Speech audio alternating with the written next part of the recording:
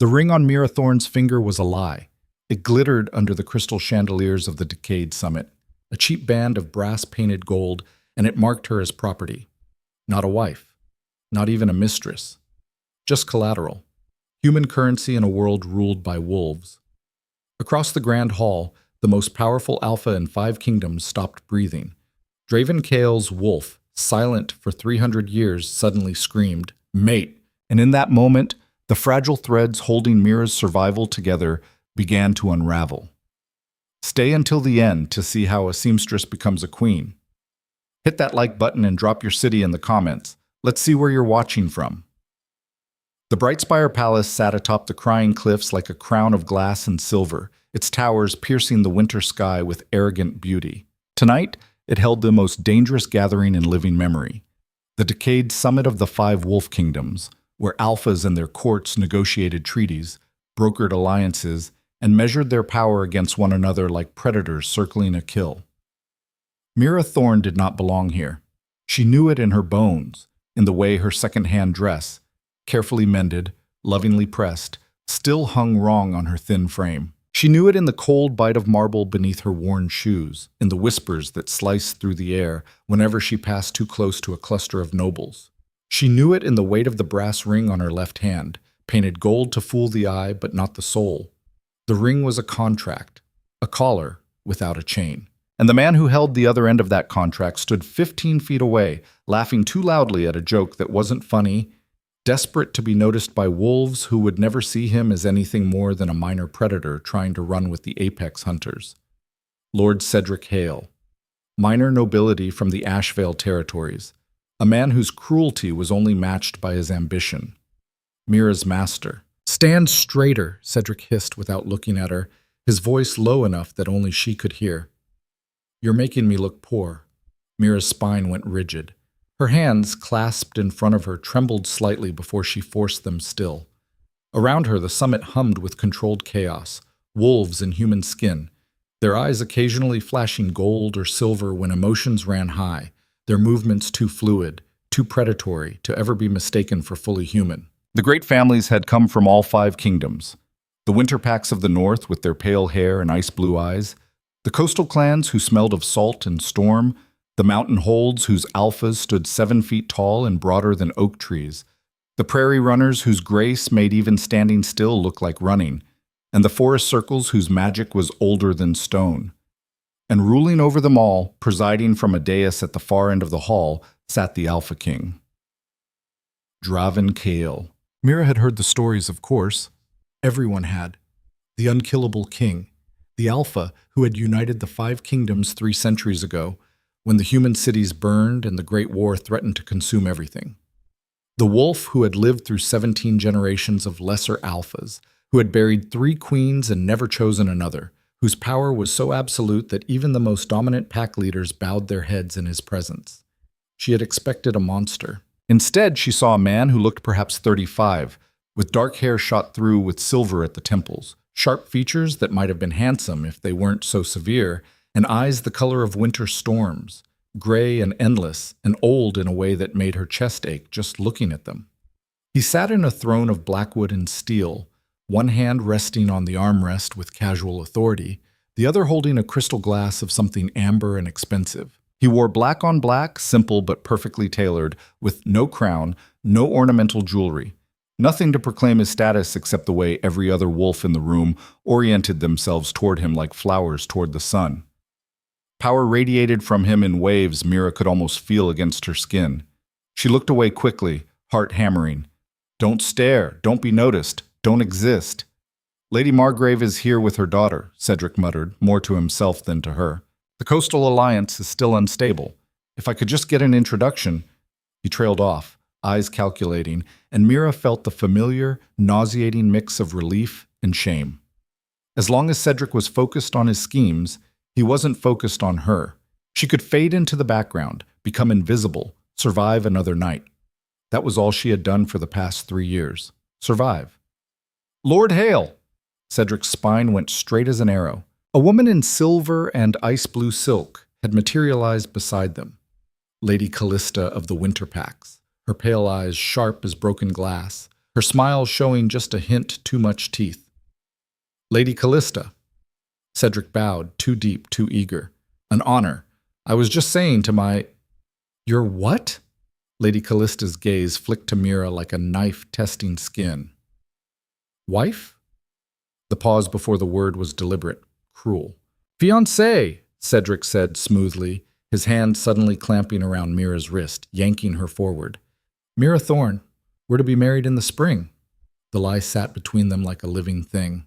Mira kept her eyes down, her face blank, even as Cedric's fingers dug into her wrist hard enough to bruise. How charming, Lady Callista's tone suggested she found it anything but. And where is Miss Thorne from? I don't recognize the family name. A small holding in the Eastern Territories, Cedric said quickly. Nothing significant. Her family specializes in textile work, very fine needlework. Quite valuable, actually. Seamstress, Lady Callista's expression said. Human trash playing dress-up. I see. The Lady Wolf's smile sharpened. Well, I'm sure you'll be very happy together. If you'll excuse me, Lord Hale, I see someone who actually matters. She glided away, leaving Cedric red-faced and Mira feeling like she'd been flayed open and examined for defects. Useless, Cedric spat under his breath, finally releasing her wrist. 3 months of training and you still can't even hold a conversation. What am I paying for? You're not paying anything, Mira thought, but didn't say. I'm paying, with every breath, every day.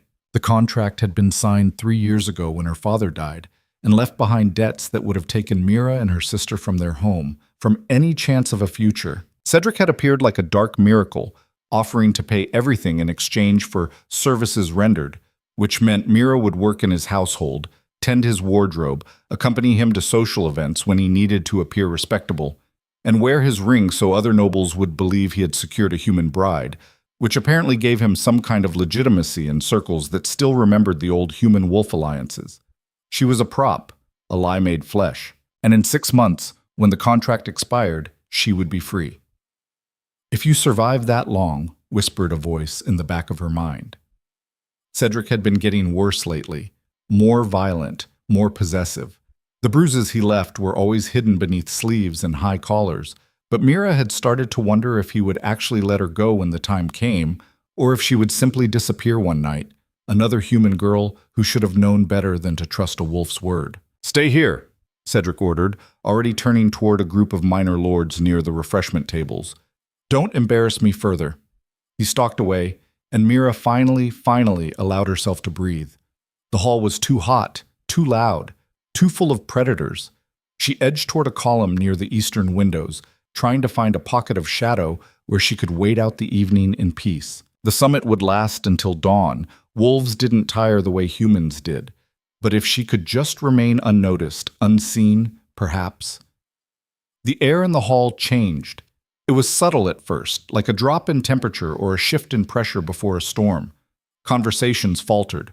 Wolves turned, almost in unison, their attention drawn toward the dais like puppets on strings.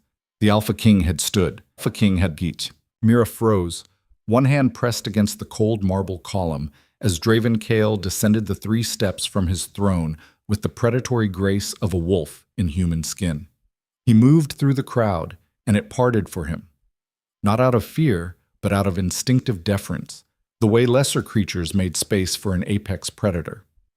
He was speaking with a broad-shouldered alpha from the mountain holds, their voices too low to hear. But the conversation looked tense, important, the kind of discussion that decided the fates of entire territories. Mira watched from her shadow, fascinated despite herself. The stories hadn't mentioned how tired he looked. Ancient, yes, that was obvious in his eyes, in the way he moved with the confidence of someone who had already survived every possible threat.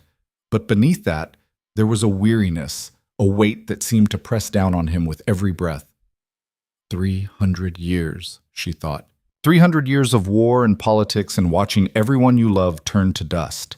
For just a moment, she felt something that might have been pity. And then the Alpha King's head snapped up. His gray eyes, sharp as shattered ice, locked onto hers across 50 feet of crowded marble floor. Mira's breath stopped. The world narrowed to a single point, those eyes burning into her like twin brands. and the sudden, impossible sensation that something inside her chest had recognized something inside his. The feeling was insane, impossible, terrifying. Draven Kyle's expression didn't change, but something flickered across his face. Surprise, confusion, and then something else. Something primal and fierce that made Mira's knees go weak. He took a step toward her. No, Mira thought frantically. No, please, not me. I'm nobody. I'm nothing. The Mountain Alpha said something, trying to reclaim the king's attention, but Draven wasn't listening anymore. His focus had narrowed to a laser point, fixed on Mira with an intensity that made her feel like she was being hunted. Another step. Then another. The crowd began to notice, conversations dying like candles snuffed in the wind. Wolves turned to see what had captured their king's attention, and Mira felt the weight of 100 predatory gazes land on her like physical blows. Run, her instinct screamed. Hide. Disappear. But her legs wouldn't move. Draven Kale crossed the distance between them in long, purposeful strides, and the closer he came, the harder it became to breathe. Power rolled off him in waves. Not threatening, not yet, but present, undeniable, the way gravity was undeniable. He stopped 3 feet away. Up close, he was taller than she'd realized, and the silver in his hair caught the light in a way that made him look like something carved from winter itself. His gray eyes swept over her, assessing, calculating, searching for something, and Mira felt stripped bare under that gaze, every secret and fear laid out like cards on a table. Who are you? His voice was low, controlled, but there was an edge to it that raised the hair on the back of her neck. Mira Thorne, Your Majesty. She remembered to curtsy at the last second, nearly stumbling in her cheap shoes. I'm no one. I shouldn't have. I apologize if I've. The ring. His eyes had dropped to her left hand. Who gave you that ring? Mira's heart stopped. The false ring. The contract. Cedric. Her throat closed around the words. How could she explain? I wear it because if I don't, my sister and I will starve. I wear it because a minor lord owns my time and my silence, and soon he might try to own more than that. I wear it because I had no other choice. Answer me. Draven's voice hadn't risen, but the command in it was absolute. Lord Cedric Hale, Mira whispered, of the Ashvale territories. You're what? The question came from behind her. Mira spun to find Cedric storming across the hall, his face flushed with anger, and something that might have been panic. He reached her in 3 strides and grabbed her arm, hard enough to hurt, hard enough that she bit back a gasp. Your Majesty. Cedric bowed jerkily, still holding Mira's arm in a vice grip. Forgive the interruption. My fiancée is unwell. I should escort her. Your fiancée. Draven's eyes dropped to where Cedric's fingers dug into Mira's arm, and something in the air shifted, subtle but deadly, like ice cracking on a frozen lake. Remove your hand. It wasn't a request. Cedric hesitated. A fatal mistake. The entire hall had gone silent now, every wolf watching the confrontation with the focused attention of predators scenting blood. Your Majesty, I assure you, remove your hand. The command hit like a physical force. Cedric's fingers sprang open, and he stepped back, throat working, suddenly aware that he had somehow stumbled into a trap he didn't understand. Draven moved between them with fluid precision, positioning himself so that Mira was behind him, shielded from Cedric by the king's body. The gesture was small, protective, possessive. Explain the ring, Draven said softly. And choose your words carefully, Lord Hale. I'm not known for my patience. Cedric's face had gone pale. We're engaged, Your Majesty. A private arrangement between our families. Nothing of concern to... What families? Draven cut him off. The girl is human. You're wolf. And unless I'm mistaken, the Ashvale territories haven't permitted mixed marriages in 3 generations. Mira's stomach dropped. She hadn't known that. Cedric had never mentioned... It's a betrothal contract, Cedric amended quickly. A business arrangement. Her father owed debts, and You purchased her. The words fell like stones into still water. I helped her, Cedric insisted, voice rising. Her family would have lost everything. I gave her security, a future, in exchange for what? The question was quiet, lethal. Cedric's mouth opened and closed. Mira could see the calculations running behind his eyes, the desperate search for an answer that wouldn't get him killed. Service, he finally said. Household duties. Companionship. Nothing improper, Your Majesty, I assure you. Does she want to marry you? The question wasn't directed at Cedric. Draven turned slightly, his gray eyes finding Mira's over his shoulder, and the look in them was complex, anger and confusion, and something else, something that made her chest tighten with emotions she couldn't name. Tell the truth, those eyes seemed to say. For once in your life, tell the truth. But the truth was dangerous. The truth could destroy her. Mira's voice cracked. She could feel Cedric's gaze burning into her, could hear the unspoken threat in every second of his silence. Say yes. Say you're happy. Say you chose this. I need to leave, she whispered instead. Please, I need to… Mira. Draven's voice had gentled, and somehow that made everything worse. Look at me. She did. It was a mistake. His eyes held hers, gray and infinite, and for a moment the entire hall disappeared. The wolves, the summit, Cedric's fury, everything, until there was only this, the impossible connection, the feeling that she had just been seen for the first time in 3 years. Does he hurt you? Draven asked quietly. The question shattered something inside her. Yes, she wanted to scream. Yes, every day, in ways you can't see, in ways I've learned to hide because showing weakness is how you die. But instead, she said, the contract is legal, Your Majesty. Whatever arrangement Lord Hale and I have, I don't care about legal. Draven's voice had dropped to barely more than a whisper, but every wolf in the hall heard it anyway. I'm asking if he hurts you. Mira's hands were shaking. She clasped them together, felt the brass ring dig into her skin, and made a choice. Sometimes, she breathed, yes. The air in the hall crystallized. Draven went utterly still, the kind of stillness that came before violence, before disaster, before the world broke apart and reformed into something new and terrible. Then he smiled. It was not a kind smile. Lord Hale, Draven said, his voice carrying easily across the frozen hall. I'm going to give you one chance to walk away from this. Drop the contract, release the girl, leave my sight, and never speak to her again. Cedric's face flushed crimson. Your Majesty, with all respect, this is a private matter between… That wasn't a negotiation. The contract is binding, Cedric's voice cracked. Signed and witnessed. She agreed to… She was coerced. She was compensated. She was 16 years old. The words hit like a slap. Mira saw Cedric's expression twist with panic, saw him realize that every word out of his mouth was digging his grave deeper. Your Majesty, Cedric tried again, voice desperate now. The girl is mine by law, by contract, by rights. You can't simply… Can't I? Draven's tone was almost conversational. I'm the Alpha King, Lord Hale. I can do anything I want. He turned then, fully facing Mira, and his hand came up slowly, giving her time to flinch away, to refuse. She didn't. His fingers closed around hers, careful, gentle, and lifted her hand between them. The brass ring glinted under the lights, cheap and tarnished, and wrong. Is this what you want? Draven asked. A life bound to a man who hurts you?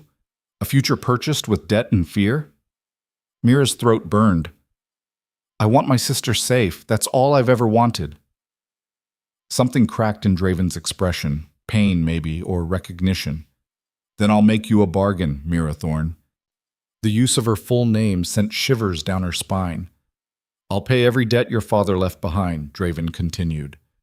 I'll ensure your sister wants for nothing, education, security, a future beyond survival. And in exchange… He paused, and Mira felt the weight of the entire hall holding its breath.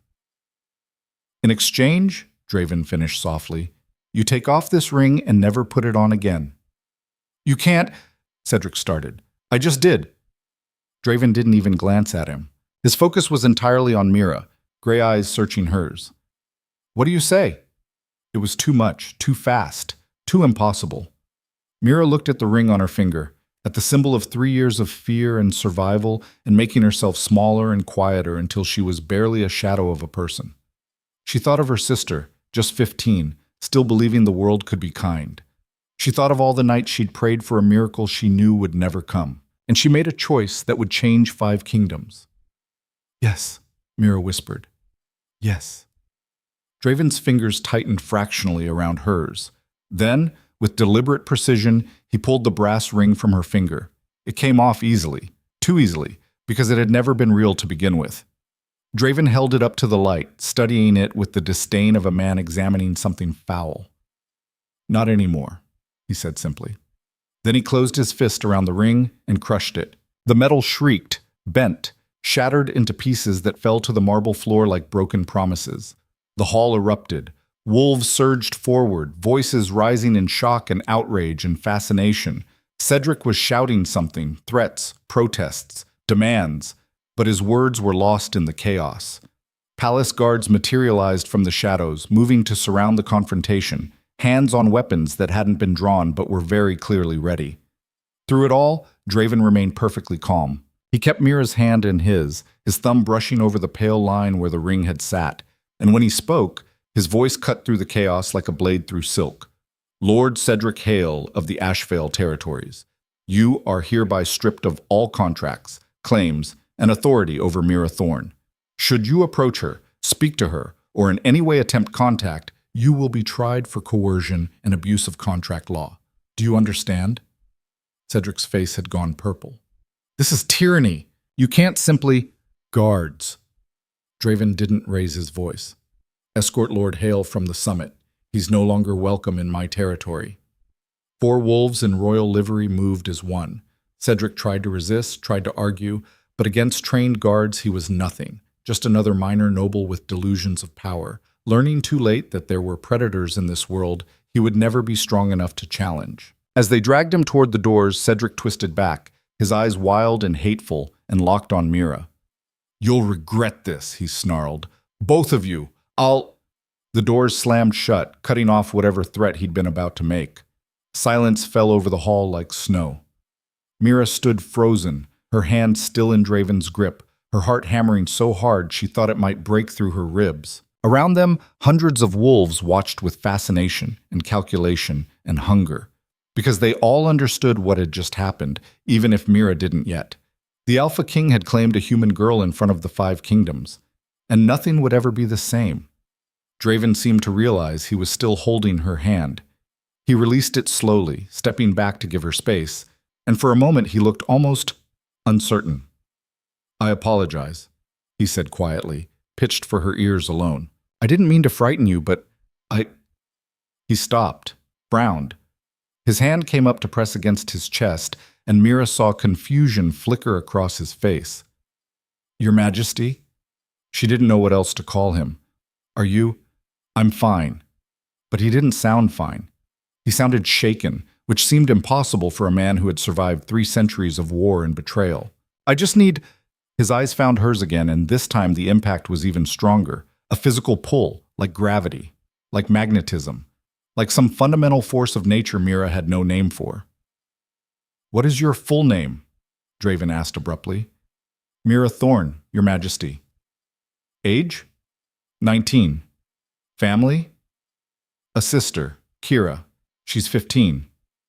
Parents? Dead, both of them. Draven absorbed this information with visible effort, like each answer was a piece of a puzzle he didn't know how to solve. Around them, the hall had begun to whisper, low, urgent conversations that spread like wildfire through the crowd. I need to speak with you, Draven said finally. Privately. There's something... He stopped again, jaw tightening. Will you come with me? It wasn't really a question. Kings didn't ask, they commanded, but he waited for her answer anyway. Mira thought of Cedric being dragged from the hall. She thought of the broken ring on the floor. She thought of her sister and the debt that had just been paid with a single sentence, and the impossible, terrifying sensation still thrumming through her chest, the feeling that something inside her had woken up for the first time in her life. Yes, she said. I'll come with you.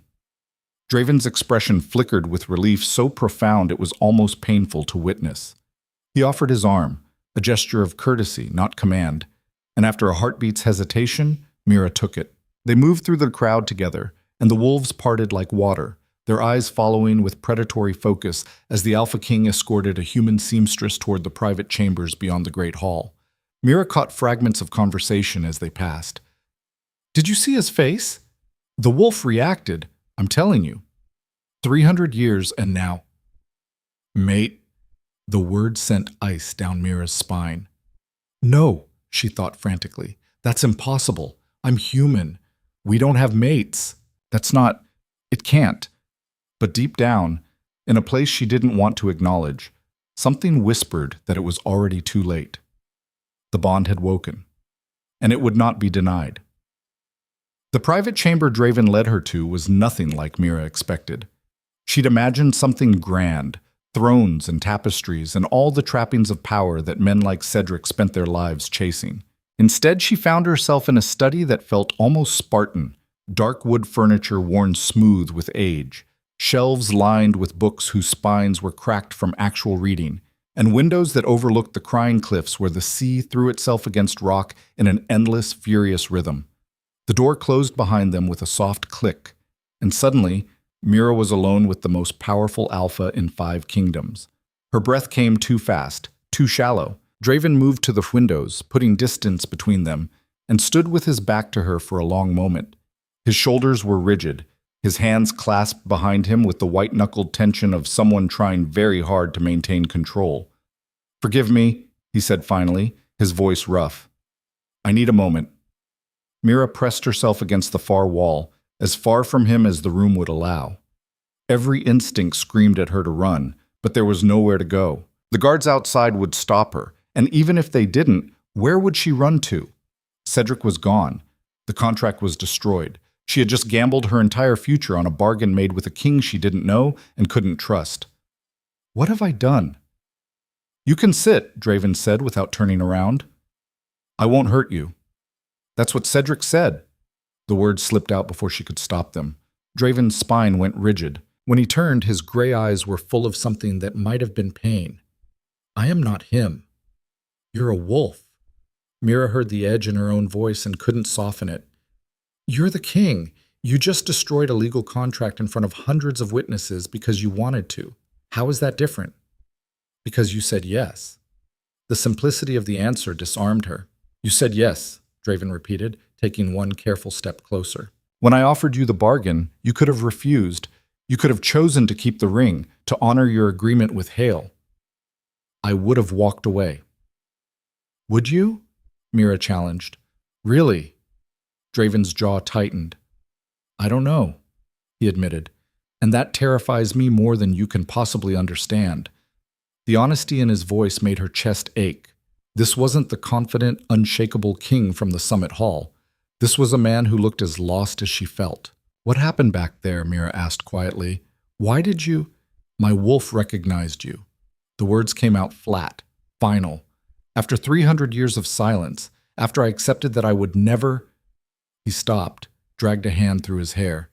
"It woke up the moment you walked into that hall, and it will not stop screaming at me until I understand why." "Mate." The word hung unspoken between them. "I'm human," Mira said desperately. "Humans don't have mates. We're not built for whatever this is." "I know." Draven's voice had gone soft. "Which makes this impossible. But impossible things have been happening since the moment I saw you." He crossed to a cabinet and pulled out a crystal decanter, pouring amber liquid into 2 glasses with hands that weren't quite steady. He offered one to Mira. She took it because she didn't know what else to do. The whiskey burned going down, but it helped ground her, made the spinning room slow just enough for her to think. "Tell me about your sister," Draven said abruptly. The shift in topic threw her. "What?" "Kira, you said she's 15. Tell me about her." Mira's throat tightened. "Why?" "Because I need to understand what you're protecting, what you've been surviving for." Draven leaned against the desk, arms crossed, watching her with those 2 old eyes. "And because if I'm going to keep my end of our bargain, I need to know what she needs." It was a trap. It had to be. But the exhaustion of 3 years of fear and hunger and making herself small finally caught up with Mira all at once, and she found herself talking anyway. "She wants to be a teacher," Mira heard herself say. She's brilliant with children, patient and kind in ways I never learned how to be. Before our father died, she was apprenticing at the village school. But after, her voice cracked, after there was no money for education, barely money for food, so she gave up her apprenticeship to help me with sewing work, and I watched her get quieter every day, smaller, like she was disappearing. Where is she now? Ashvale, in Cedric's household. Mira's hands clenched around the glass. He wouldn't let her come to the summit, said it was too expensive to bring servants. Draven's expression went cold. She was working for him? We both were. That was the arrangement.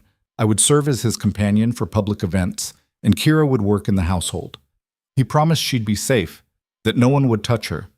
But in the last few months, some of his guards started looking at her differently, saying things, and Cedric just laughed when I asked him to protect her. The glass in Draven's hand shattered. Mira jumped back as crystal exploded across the desk, whiskey spreading in a dark stain. Draven stared at his bleeding palm like he didn't recognize it, his eyes flashing gold. Wolf rising to the surface with fury so intense it made the air vibrate. Breathe, Mira said instinctively, the same way she'd learned to soothe Kira after nightmares. Your Majesty, please, breathe. Draven's eyes snapped to hers, and for a moment she thought she'd made a fatal mistake. Then something in his expression shifted, the gold fading back to gray, the rage banking to embers, and he drew a long, shaking breath. Apologies. His voice was strained. I'm not accustomed to losing control. Your hand will heal. He wrapped a handkerchief around his palm with quick, efficient movements. Wolves recover quickly from minor injuries. That didn't look minor. Everything is minor compared to what I'm feeling right now. Draven met her eyes, and the intensity there stole her breath. Your sister will be retrieved from Ashvale tonight. I'll send my personal guard. Wolves' Hail won't dare challenge. She'll be brought to the palace, given chambers, and placed under royal protection. No one will touch her. No one will threaten her. And when this summit ends, I'll ensure she has the finest education the Five Kingdoms can provide. Mira's vision blurred. She pressed her hand over her mouth, trying to hold back the sob building in her chest. But it escaped anyway, a broken sound that came from somewhere deep and wounded. Thank you, she managed. Thank you, Don't. Draven's voice had gone rough again. Don't thank me for doing what should have been done 3 years ago.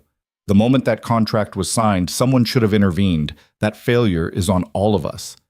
Why are you doing this? Mira whispered. You don't know me. You don't owe me anything. So why? Because my wolf has decided you're mine to protect. Draven said it like a confession.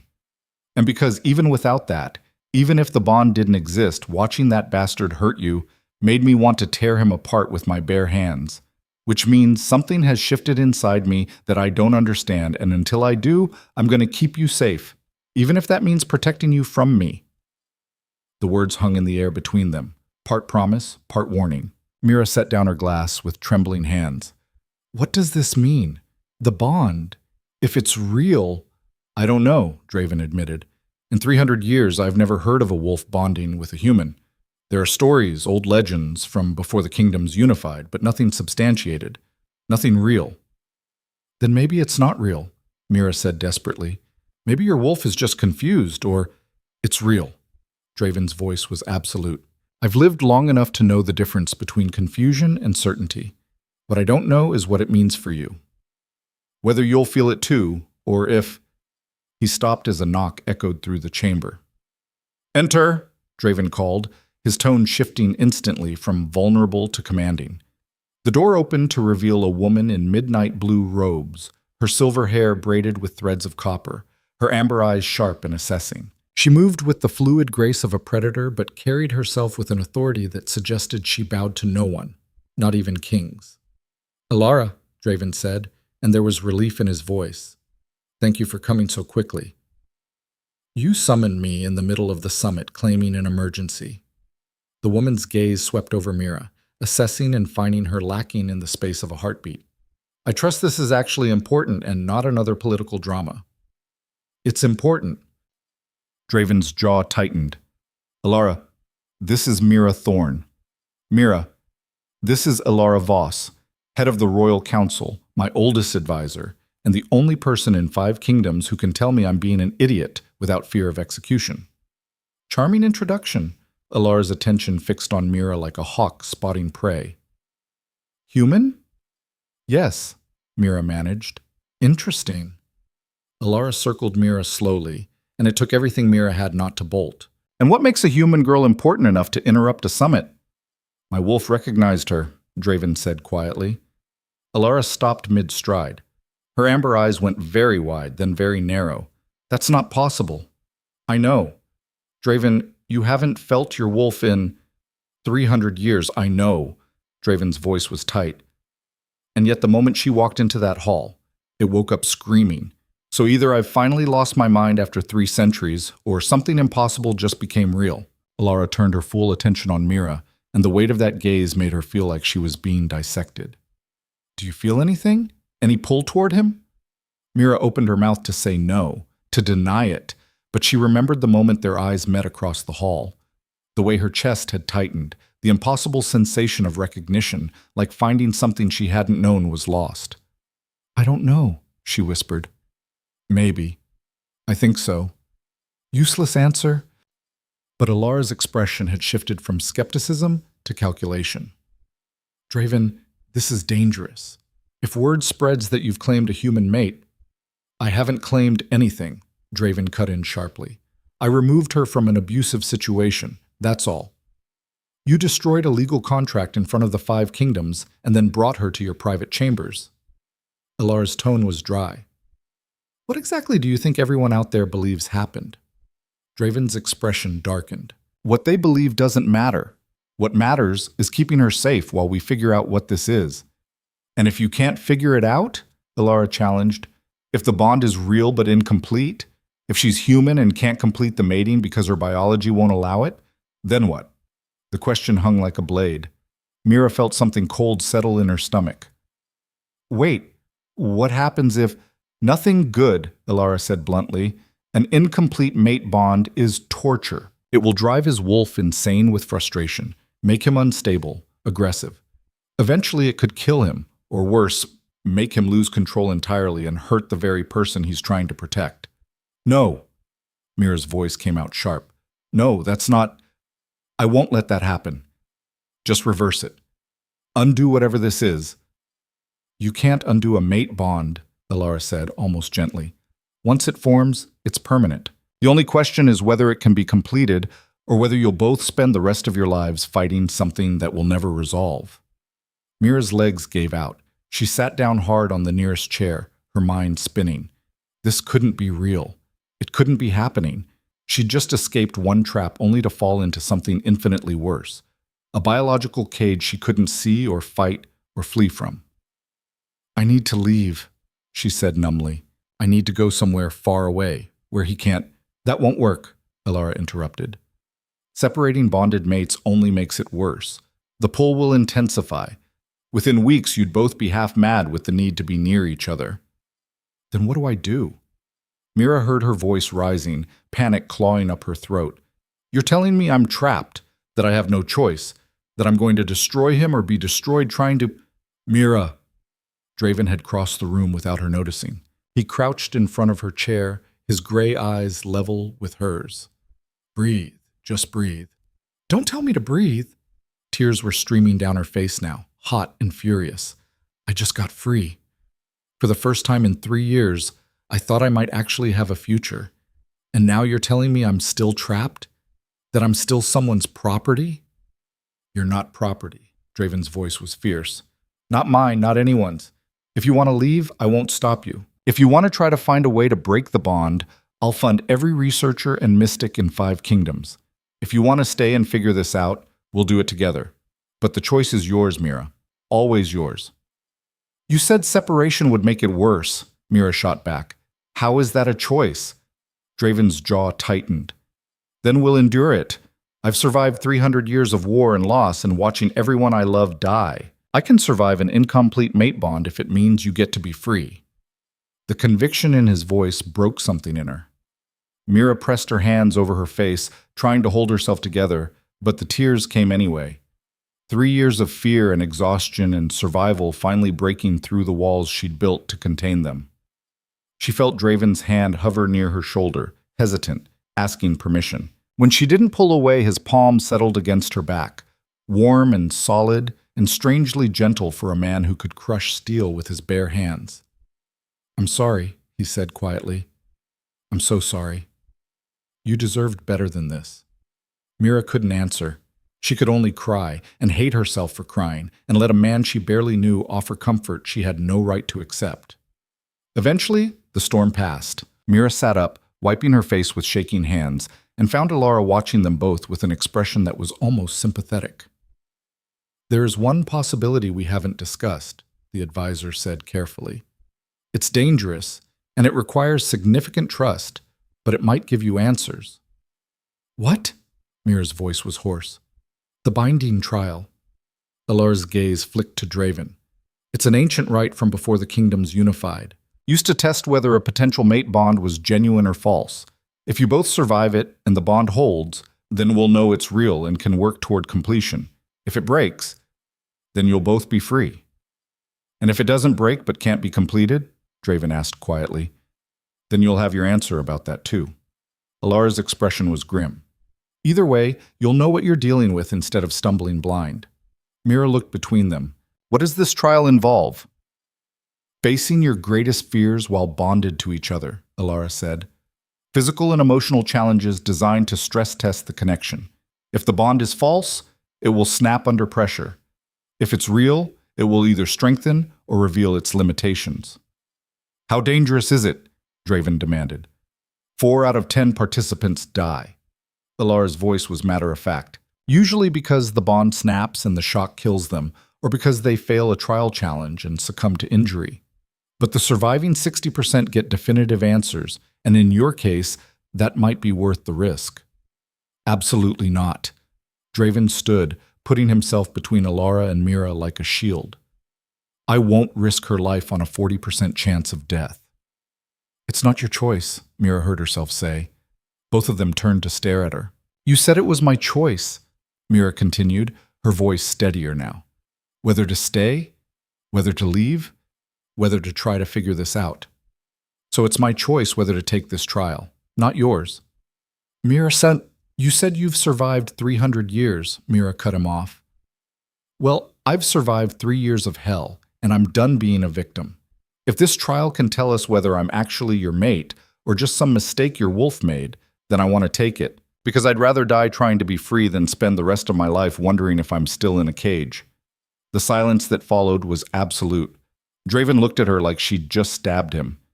"You would risk death for the chance that the bond is false?" "Wouldn't you?" Mira challenged. "If you were in my position? If you'd just escaped one master and thought you might have found another?" "I am not your master." "Then prove it. Let me take the trial." Draven's hands clenched into fists. For a moment, Mira thought he might actually refuse, might use his authority as king to simply forbid it. But then his shoulders sagged, and she saw something that might have been defeat in his eyes. "If you take this trial, I take it with you," he said quietly. "Those are my terms. We face it together, or not at all."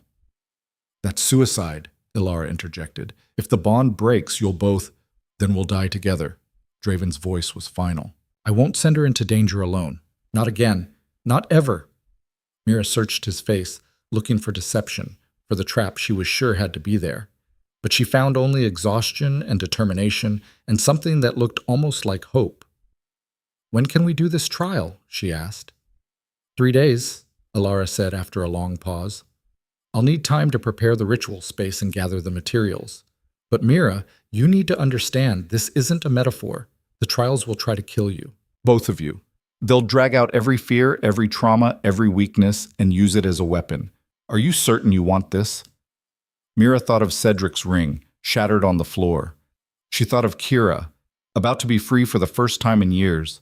She thought of the impossible pull she'd felt toward Draven, and the terror of not knowing if it was real or just another trap. "I'm certain," she said. Alara nodded slowly. "Then I'll make the arrangements. In the meantime, you will need to stay in the palace.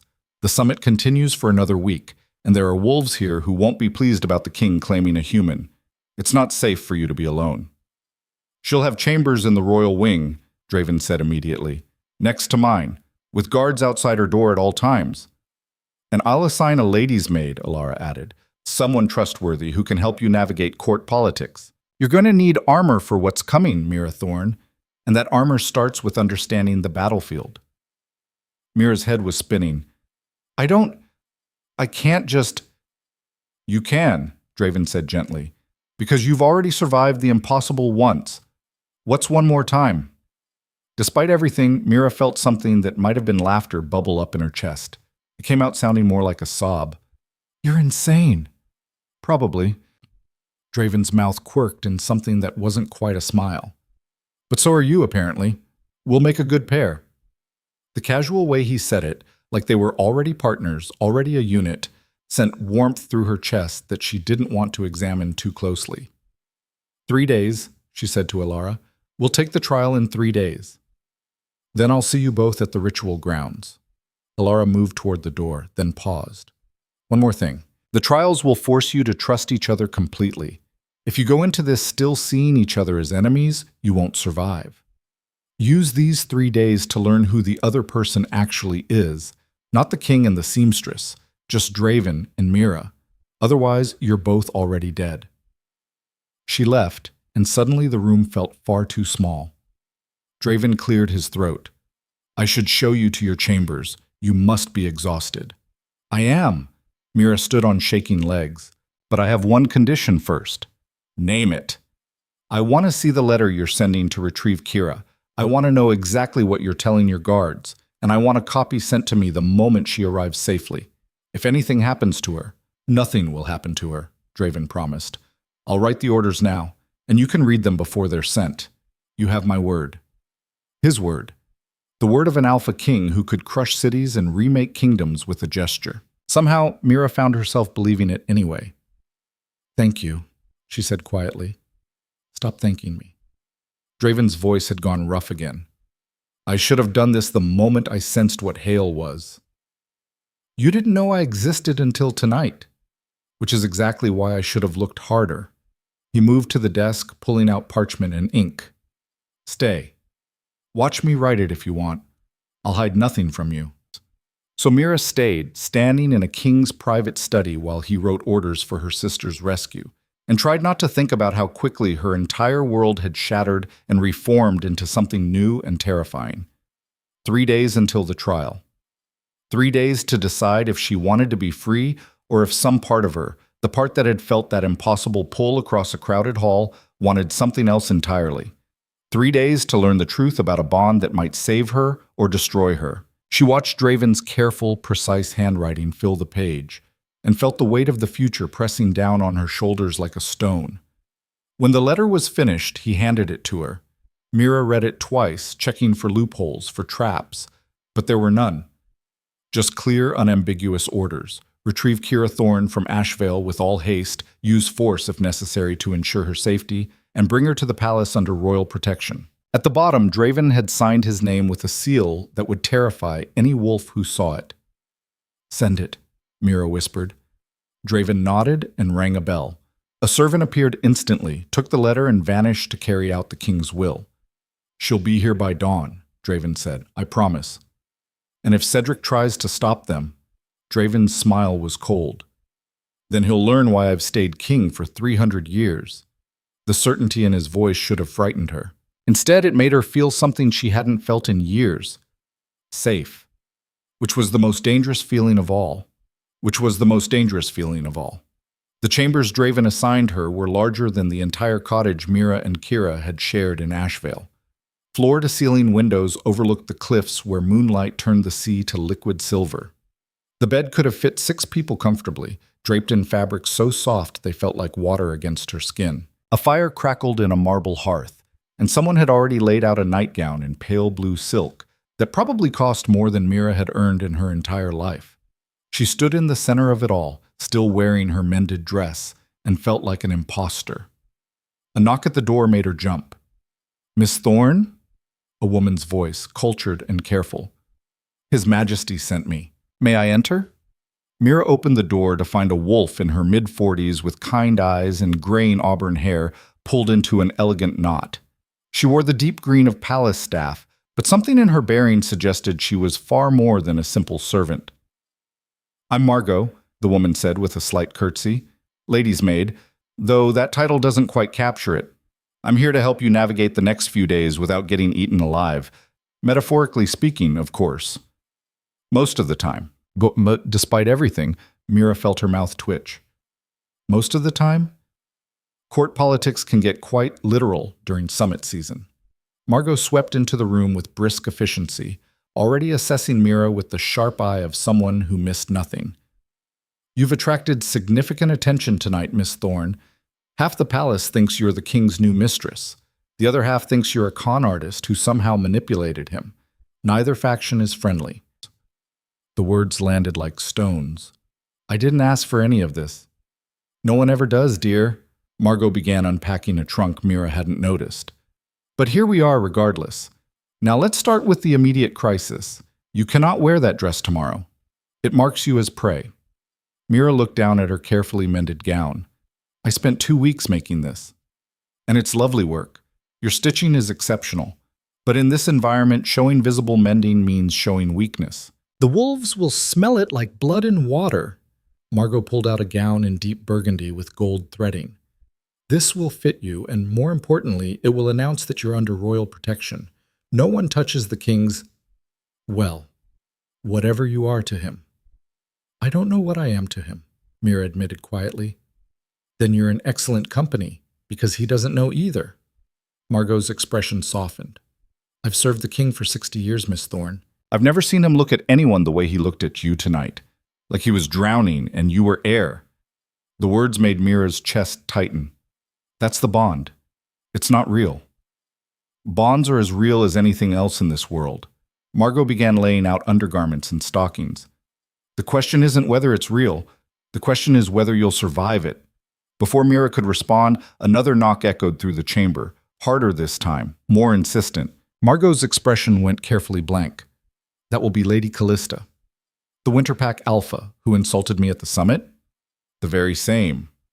She's been circling the king for decades, hoping he'd finally choose another queen.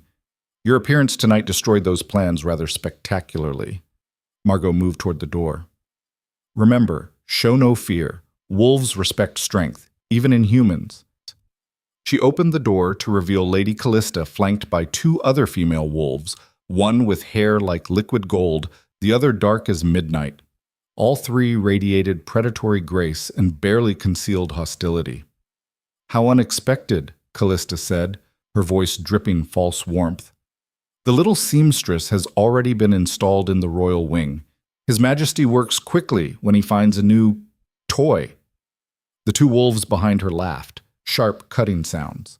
Mira felt her spine straighten instinctively. 3 years with Cedric had taught her to recognize cruelty, and these women wore it like perfume. "Lady Callista," Mira said evenly, "I wasn't expecting visitors." "Oh, this isn't a social call, dear." Callista swept into the room uninvited, her pale eyes cataloging every detail. "This is a courtesy warning. You're in a very dangerous position, and I'd hate to see you get hurt through simple ignorance." "How thoughtful." Mira didn't move from where she stood. "What am I ignorant of?" "The fact that human girls who climb above their station tend to fall very hard." Callista's smile showed teeth. "The king may be enchanted by you now, but fascination fades. And when it does, you'll find yourself alone in a court full of wolves who remember that you embarrassed them." "I haven't embarrassed anyone." "You embarrassed Lord Hale. You embarrassed every noble who witnessed the king destroy a legal contract on your behalf. You embarrassed me by drawing his attention when I was in the middle of a conversation." Callista stepped closer, and Mira fought the urge to retreat. "So yes, dear, you've made quite a few enemies tonight. I'm simply suggesting you leave before those enemies decide to act. The king offered me protection. The king won't always be watching." The dark-haired wolf spoke for the first time, her voice like smoke. "Accidents happen, especially to fragile human girls who wander where they shouldn't." The threat was clear, unmistakable. Mira felt her pulse spike, but she kept her voice steady. "Is there anything else, Lady Callista? I'd like to rest." "Of course." Callista turned toward the door, then paused. "Oh, one more thing. The king mentioned something about a sister. Kira, wasn't it? Such a pretty name. I do hope she arrives safely from Ashvale. The roads can be so dangerous at night. Ice flooded Mira's veins. If anything happens to her, she started. You'll what? Callista's expression turned vicious. You're nothing, girl. A temporary distraction. The sooner you understand that and disappear, the better for everyone. The three wolves left, their laughter echoing down the corridor like broken glass. Mira's legs gave out the moment the door closed. She sat down hard on the floor, her breath coming in sharp gasps, and felt Margot's hands on her shoulders. Breathe, the older woman said firmly. Just breathe. She's testing you. She threatened Kira. She implied a threat. There's a difference. But Margot's expression was grim. Still, we should inform the king immediately. No. Mira forced herself upright. He's already dealing with enough because of me. I won't. You'll what? Handle 3 apex predators on your own? Margot's voice sharpened. Miss Thorne, you are extraordinarily brave, but bravery without strategy is just suicide. If Callista is making moves this quickly, others will follow. You need allies, and the king needs to know his court is already turning against you. Mira wanted to argue, but the older woman was right. She was alone in a palace full of wolves who saw her as prey. Pride wouldn't keep her alive. Fine, she whispered. Tell him. Margot nodded and moved toward the door, then hesitated. For what it's worth, I think you're exactly what he needs. Someone who sees him as a man instead of a king. Someone who isn't afraid to challenge him. She smiled slightly. Just try not to get yourself killed before you figure that out. She left, and Mira was alone with the silk gown and the crackling fire, and the weight of everything that had happened crashing down on her all at once. She had escaped Cedric only to become a target for every ambitious wolf in 5 kingdoms. Kira was en route to the palace, but vulnerable on the roads. And in 3 days, Mira would face trials designed to kill her while bonded to a man she barely knew. What have I done? The door crashed open. Mira spun to find Draven striding into her chamber, his expression thunderous, still in his formal summit attire, but with his jacket discarded and his shirt partially unbuttoned like he'd been clawing at it. Callista was here, he said without preamble. Margot told me. What did she say? Nothing important. Mira tried to sound calm. Just the usual threats about knowing my place. Did she touch you? No. Did she threaten your sister? Mira's hesitation was answer enough. Draven's eyes flashed gold. I'm going to kill her. You can't kill a Lady Alpha at a summit, Mira said, stepping between him and the door without thinking. It would start a war. Then we'll have a war. His voice had dropped to something barely human. No one threatens what's mine. I'm not yours. The words exploded out of her. We have a bond we don't understand and a trial we might not survive, but that doesn't make me your property, and you can't start a war over... Draven moved so fast she didn't see it coming. Suddenly, he was in front of her, his hands cradling her face with trembling gentleness, his gray eyes burning into hers. You're right, he said roughly. You're not my property, but you are mine to protect, and I will burn this entire kingdom to ash before I let anyone hurt you. So yes, Mira Thorne, if Callista touches you or your sister, there will be blood, and I will not apologize for it. The intensity of his gaze stole her breath. This close, she could see the gold bleeding through the gray, could feel the heat radiating off him like a living furnace, could smell something wild and pine-sharp that made her head spin. You barely know me, she whispered. How can you be so certain? Because my wolf knows you. His thumb brushed her cheekbone, achingly gentle. Because watching you stand up to me tonight, demanding your own choice, even when it terrified you, made me feel something I haven't felt in 300 years. Because when I look at you, I don't see a seamstress or a victim or a political inconvenience. I see someone worth fighting for, worth dying for. That's insane. Probably. His mouth quirked. But you said you'd take the trial anyway. So which of us is actually crazy? Despite everything, the threats, the fear, the impossible situation, Mira felt laughter bubble up in her chest. We both are. Then we're perfectly matched. Draven's expression sobered. I'm assigning additional guards to Kira's escort, and I'm placing Callista under surveillance. If she makes another move, I'll know about it. She'll see that as weakness. Let her. His voice had gone cold. I've been playing these political games for longer than she's been alive. If she wants to test me, she'll learn why I don't lose." He started to pull away, but Mira's hand shot out, catching his wrist. The contact sent electricity up her arm, sharp and bright and undeniable. "Wait," she said. "Alara said we need to learn to trust each other before the trial, that we need to see each other as people, not titles." "I'm listening.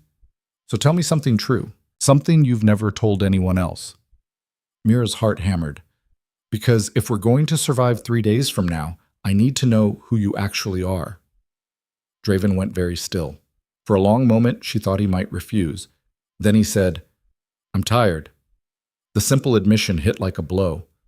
300 years, he continued quietly, his gray eyes distant. 300 years of ruling and fighting and watching everyone I love turn to dust. 3 queens I chose because it was expected, because kingdoms need heirs and stability. I cared for them, even loved them in my way. But none of them were... He stopped, jaw tightening. "I've been alone for so long that I forgot what it felt like to want something, to feel something beyond duty and survival. And then you walked into that hall, and my wolf woke up screaming, and for the first time in decades, I felt alive. Which terrifies me more than any war or enemy or threat, because if this bond breaks, if you choose to leave, I don't know if I'll survive it." The raw vulnerability in his voice cracked something in Mira's chest. "You want a truth?" she heard herself say. "I'm terrified of you. Not because I think you'll hurt me. I know you won't. But because feeling safe is more dangerous than feeling afraid. Fear keeps you alert, keeps you surviving. Safety makes you soft, makes you forget that the world is cruel and people lie and promises break. And I can't afford to be soft. Not when Kira still needs me." "Then we'll be afraid together," Draven said. "And when the trial comes, we'll face it as 2 people who understand survival. Not as king and seamstress, just as Draven and Mira." The way he said her name, like a prayer, like a promise, made her chest ache. 3 days, she whispered. 3 days, he agreed. A commotion in the corridor broke the moment. Raised voices. Running footsteps. Draven's entire body went rigid, his wolf rising to the surface with predatory focus. The door burst open, and a guard in royal livery stumbled in, his face pale, his uniform torn and bloody. "Your Majesty!" His voice came in gasps. "The escort, the one sent for the girl." Draven moved, catching the guard before he collapsed. "Speak." "Ambushed, 10 miles south of Ashvale. We lost 3 guards, the humans." He coughed, blood flecking his lips. "They took the girl. Someone paid them. Someone with money." The world tilted. "Kira," Mira breathed. "They took Kira." Draven's expression went absolutely cold, the kind of cold that came before apocalyptic violence. "Who?" "Don't know. Mercenaries. Human ones, not wolves. They knew exactly where we'd be, exactly when. Someone gave them information. Someone in the palace." The implications crashed through the room like thunder. Someone at the summit, someone with access to royal communications, had leaked the rescue mission, had arranged for Mira's sister to be kidnapped before she could reach safety. And there was only one person who had both the motive and the cruelty to orchestrate something like this. "Callista," Mira said, her voice shaking with rage. "She knew about Kira. She threatened her. And now—" "It's worse than that," Margot said from the doorway, her face ashen. She held a piece of parchment that looked like it had been torn from a larger document. "This was just delivered to the front gates. No messenger. Just left on the stones." She handed it to Draven, whose expression darkened with each word he read. "What does it say?" Mira demanded. Draven's eyes met hers, and she saw fury and grief warring in their depths. "It's a ransom note," he said quietly. "They're demanding you withdraw from the trial and leave the palace within 24 hours. If you don't, they'll kill Kira and make it look like an accident. And if you try to send guards to rescue her, they'll know. Because they have eyes everywhere." The words landed like physical blows. Mira felt the room spin, felt her carefully constructed composure shatter into pieces. Kira, her baby sister, the girl she'd spent 3 years protecting, was in the hands of mercenaries because Mira had dared to accept help, because she'd dared to be seen. "This is my fault," she whispered. "I did this. This is calculated, Draven cut in sharply. This is someone using your sister to remove you from play, which means they see you as a genuine threat. I'm not a threat, Mira's voice cracked. I'm a seamstress. I have no power, no influence, no— You have me. Draven's voice was absolute, and that makes you the most dangerous person in this palace. Because if the bond completes, if you become my mate, you'll have access and authority that other wolves have spent decades trying to achieve. So they're trying to cut you down before you can rise. Then I'll leave. The decision crystallized with terrible clarity. I'll withdraw from the trial, leave the palace, go wherever they want. Just give me Kira back. Mira, she's 15. The words ripped out of her. She's innocent in all of this. I won't let her die because I was too proud to walk away. They won't give her back. Margot's voice was gentle but firm. The moment you leave the palace, you lose royal protection. They'll kill you both and make it look like common bandits. This isn't about removing you from the trial. This is about removing you permanently. The truth of it settled like ice in Mira's stomach. Then what do I do? She heard the desperation in her own voice and hated it. How do I save her? Draven was silent for a long moment, his jaw working, his eyes distant with calculation. Then he said, You take the trial early. Everyone in the room went still. That's insane, Alara said from the doorway. Mira hadn't even noticed her arrive. The ritual space isn't prepared. The materials aren't gathered. We need 3 days. We don't have 3 days. Draven's voice cut like a blade. They've given us 24 hours, which means they expect Mira to either leave or dig in defensively. They won't expect her to attack. Attack? Mira's voice shook. How is taking the trial an attack? Because if the bond completes, if you survive and become my acknowledged mate, you'll have royal authority. You'll be able to command the guard, access royal resources, and most importantly, you'll be protected by mate bond law, which supersedes even summit protocols. Draven's gray eyes blazed. No one can touch you without declaring war on me directly. And if the bond doesn't complete? Alara challenged. If she's human and her biology can't handle it, then you'll both die, and whoever orchestrated this will have won. Then we die fighting instead of hiding. Draven's voice was steel, which is a better death than letting them pick us off one by one. Mira's mind raced. The plan was insane, suicidal. Taking a trial that killed 40% of participants without proper preparation was tantamount to execution, but Kira was out there, terrified and alone, with a 24-hour deadline hanging over her head. Can we even do the trial early? Mira asked. Alara said she needed 3 days to prepare. The ritual space is always maintained, Alara admitted reluctantly. The materials can be gathered within hours if we're desperate. But Mira, you need to understand, without preparation time, without mental conditioning, your chances of survival drop to maybe 1 in 10. The trials will tear through your psyche like a hurricane. And if I don't take them, your sister dies. Then you die. Then whoever did this moves on to their next target. Alara's expression was grim. So really, you have no choice at all. Mira looked at Draven, at the fierce determination in his eyes, at the way his hands had clenched into fists like he was physically restraining himself from tearing the palace apart. If we do this, she said slowly, if we take the trial early and survive, can you track down who took Kira? I already have people working on it. Draven's voice was cold. But yes, the moment you have royal authority, we'll mobilize every resource at our disposal. We'll find her. And if we die in the trial, then I've arranged for my most trusted guards to continue the search regardless. He met her eyes. Your sister will be found, Mira, with or without us. I give you my word. The promise settled something in her chest. Mira took a breath, then another. She thought of Kira's smile, of the way her sister still believed in fairness and kindness despite everything. She thought of 3 years of survival, of making herself small and quiet and safe. She was done being small. Let's do it, she said. Let's take the trial tonight. The room exploded with protests. Margot arguing about preparation, Alara listing the reasons this was suicide, guards trying to suggest alternatives. But Draven raised one hand and the voices died. Are you certain? He asked Mira. And beneath the king's authority, she heard the question behind the question. Are you willing to risk everything on a bond we barely understand? Mira thought of the moment their eyes met across the summit hall.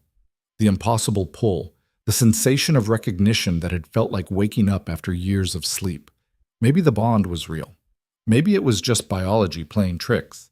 But Kira was out there, and Mira would walk through fire to save her. "I'm certain," she said. Draven nodded once. "Then we go to war." He turned to Alara. "Gather what you need. We start the trial in 3 hours." "That's not enough time. Make it enough." His voice was absolute. "Because in 3 hours, Mira and I are entering that ritual space, and we're not coming out until the bond either completes or breaks, no matter the cost." Alara stared at him for a long moment, then nodded. "You're both insane." "So everyone keeps saying." Draven's mouth quirked without humor.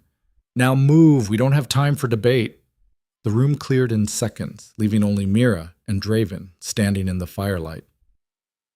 "There's something else," Draven said quietly. "Something I need to tell you before we do this." Mira's chest tightened. "What?" "The trials will try to break us by showing us our worst fears, things we've never told anyone, trauma we've buried, and we'll see each other's fears too. There's no privacy in the ritual space." He met her eyes.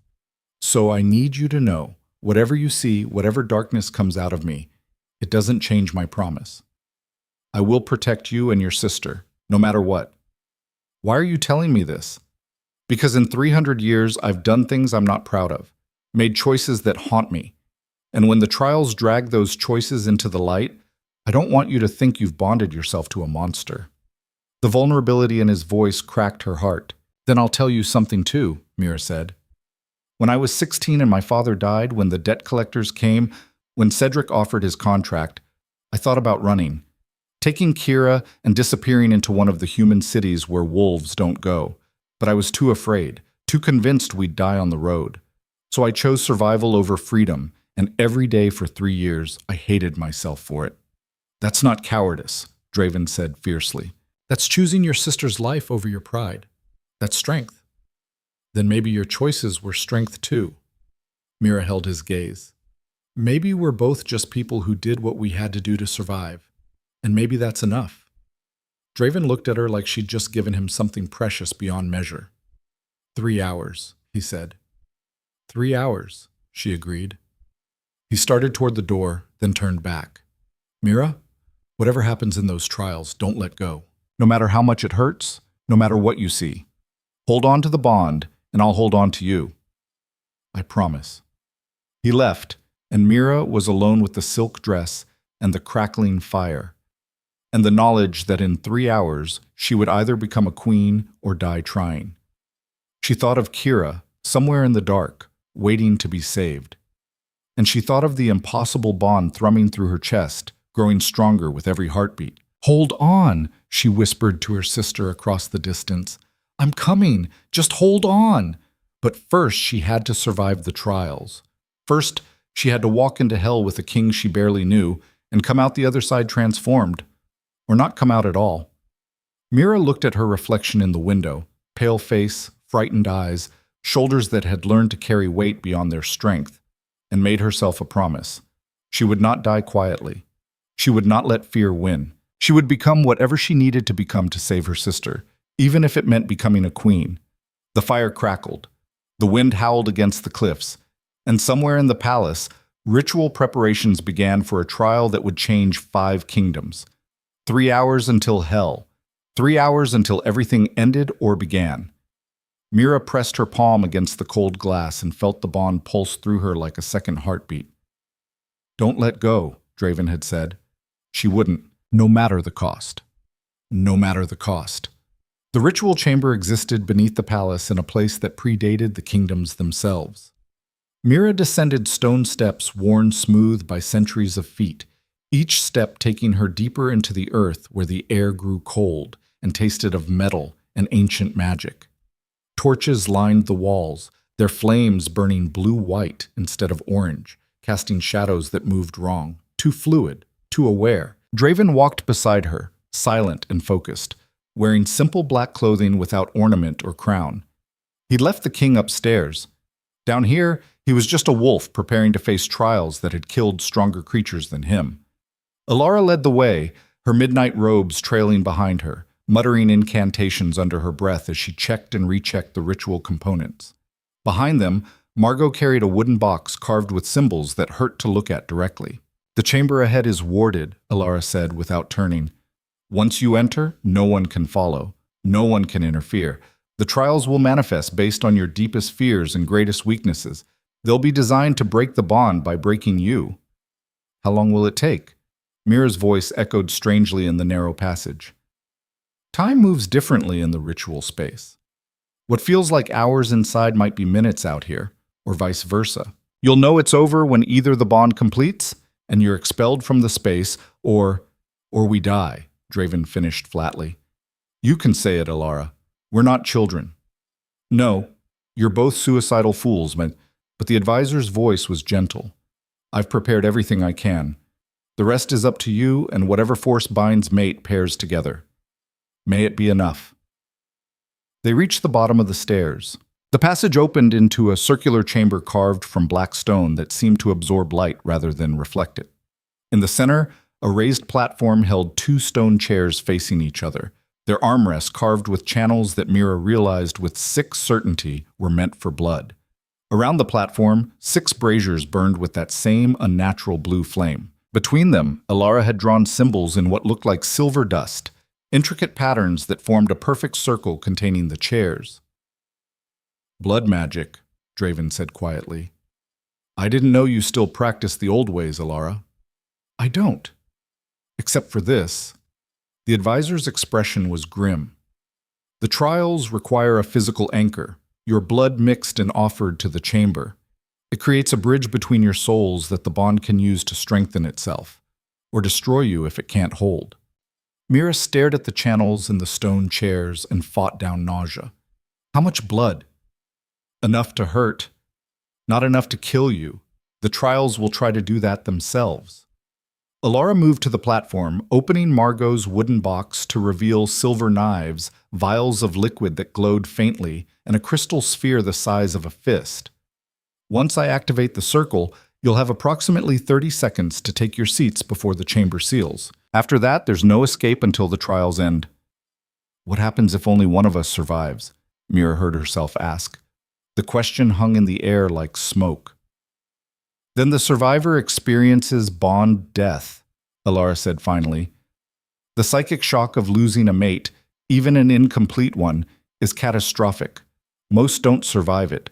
Those who do tend to lose their minds within weeks. So we both live, or we both die," Draven said. "Good. I prefer clarity." Mira looked at him, really looked at him. In the blue light, he appeared almost ethereal, the silver in his hair catching the glow, his gray eyes reflecting flame. He looked like something carved from winter in stone and 3 centuries of survival. And in 300 years, his wolf had never woken for anyone but her. The weight of that truth pressed against her chest like a physical force. "Are you ready?" Draven asked quietly. "No." Mira's hands were shaking. "But Kira doesn't have time for me to be ready." "Then we go now." He turned to Alara.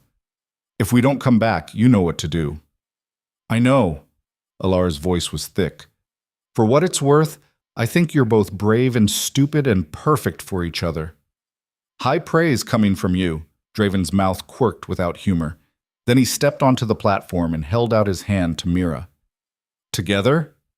Mira looked at that outstretched hand, scarred from centuries of war, trembling slightly with either fear or anticipation or both, and made her choice. She took it. The moment their fingers touched, the bond flared to life like lightning through her veins. Mira gasped, nearly stumbling, but Draven's grip tightened, steadying her. "I feel it too," he said roughly. "Like fire. Like recognition." They moved to the chairs together. Up close, Mira could see that the stone was carved with thousands of tiny names, past participants maybe, or victims. She sat down and the stone was cold enough to burn through her clothes. Draven sat across from her, their knees almost touching. This close, she could see the tension in his jaw, the way his hands gripped the armrests like he was preparing for battle. "Last chance," Alara called from beyond the circle. "You can still walk away." "No," Mira and Draven said in unison. Alara nodded, unsurprised, and began to chant in a language that predated the common tongue. The words crawled over Mira's skin like insects, raising every hair on her body. The silver dust began to glow, brightening until the symbols burned like liquid fire. "Place your wrists in the channels," Ilara commanded. "The bond will guide the rest." Mira's hands shook as she positioned her wrists over the carved grooves. Beside her, she heard Draven do the same. The instant her skin touched stone, pain exploded up her arms. Not from cuts, not yet, but from the bond itself, surging through the connection point with enough force to make her scream. Across from her, Draven's eyes flashed gold, his teeth clenched against his own cry. The channels in the stone began to fill with blood that seemed to appear from nowhere, flowing from their wrists without any visible wound. Red mixing with red, spiraling down the carved pathways until it reached the base of the chairs and began to spread outward, following the silver symbols. "Don't let go!" Ilara's voice was barely audible over the sound of rushing wind that had appeared from nowhere. "Whatever you see, whatever happens, hold on to each other." The blue flames in the braziers shot upward, forming a wall of fire around the platform. Through the flames, Mira saw Ilara and Margot backing away, their faces stark with fear or awe, or both. Then the fire became solid. The chamber disappeared, and the trials began.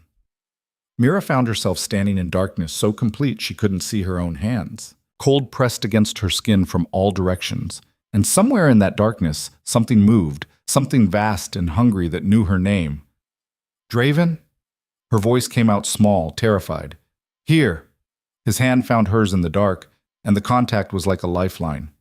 "Don't let go, whatever happens." "Where are we?" "Your fear," a voice said from everywhere and nowhere. It sounded like wind through dead trees, like broken glass, like all the cruel words Cedric had ever spoken. "This is what you're most afraid of, Mira Thorne. Let's see if you can survive it." Light bloomed, harsh and sudden, revealing a room she knew too well. Cedric's study in the Ashvale Manor. The desk where he'd made her sign the contract. The chair where she'd sat so many nights, mending his clothes while he drank and complained and occasionally struck her when his mood turned dark. And there, in the corner, was Kira. Her sister stood frozen like a statue, her eyes wide and terrified, her mouth open in a scream that produced no sound. Around her neck was a collar, iron and brutal, attached to a chain that disappeared into the shadows. "No," Mira breathed. "This isn't real. Kira's not here. She's in the hands of mercenaries," the voice finished. "Frightened, alone, waiting for you to save her. But you can't, can you? Because you're trapped in this chamber, playing games with a king while your sister suffers." The words struck like physical blows. "Ignore it," Draven said sharply, his hand tightening on hers. "It's showing you fear, not truth. Your sister is alive and we will find her, but first we have to—" The study dissolved. Now they stood on a battlefield strewn with corpses.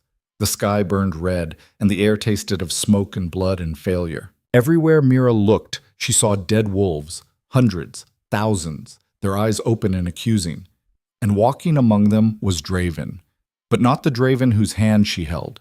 This version wore armor black as night, his face spattered with blood, his eyes empty of everything except exhaustion. He moved between the bodies with mechanical precision, checking each one, and Mira realized with horror that he was counting them. "The Autumn War," Draven said beside her, his voice hollow. 200 years ago, 3 kingdoms rebelled, thinking I'd grown weak. I put them down in 6 months. 60,000 wolves died. Men, women, children who got caught in the crossfire. "You didn't have a choice," Mira heard herself say. "Didn't I?" The battlefield Draven looked up, and his gray eyes were full of such profound grief that Mira's chest ached. "I could have negotiated, could have offered concessions, compromises. But I was tired and angry, and I made an example of them instead. So yes, Mira Thorne, I am a monster, and that's what you're bonding yourself to." "No!" Mira's voice was stronger now. "You're a king who made impossible choices in an impossible situation, just like I did with Cedric's contract. That doesn't make us monsters, it makes us survivors." The battlefield wavered. "Clever," the voice said, almost amused. "But surviving the first trial only means you're strong enough for the second. Let's see how you handle this. The world twisted inside out. Mira found herself back in the palace, but it was wrong, corrupted. The walls dripped with something black and viscous, the air stank of rot, and everywhere she looked she saw wolves watching her with predatory hunger. Lady Callista stood at the center of the great hall, holding Kira's severed hand. "You thought you could challenge us?" Callista's laugh was razor sharp. "You're nothing but human trash, girl. And now your sister has paid the price for your arrogance." Mira's knees hit the floor. The image was too vivid, too real. Kira's hand, still wearing the bracelet Mira had made for her 14th birthday. Kira's blood pooling on the marble. "It's not real," she gasped. "It's not. How do you know?" Callista moved closer, and now she wore a crown, Draven's crown. "How do you know this isn't what's happening right now while you waste time in these trials? How do you know your sister isn't being cut apart piece by piece, screaming for you to save her?" The words burrowed into Mira's brain like parasites. Because she didn't know. Kira was out there, vulnerable, and Mira had gambled her sister's life on a bond she barely understood. "Listen to me." Draven was kneeling beside her now, his hands on her face, forcing her to meet his eyes. "This is fear, not truth. Your sister is alive. I have my best wolves searching for her. But if you break now, if you let this fear consume you, then we'll both die and she'll have no one." "How can you be sure?" Mira's voice cracked. "How can you promise?" "Because I'm the Alpha King, and when I make a promise, the universe itself bends to make it true."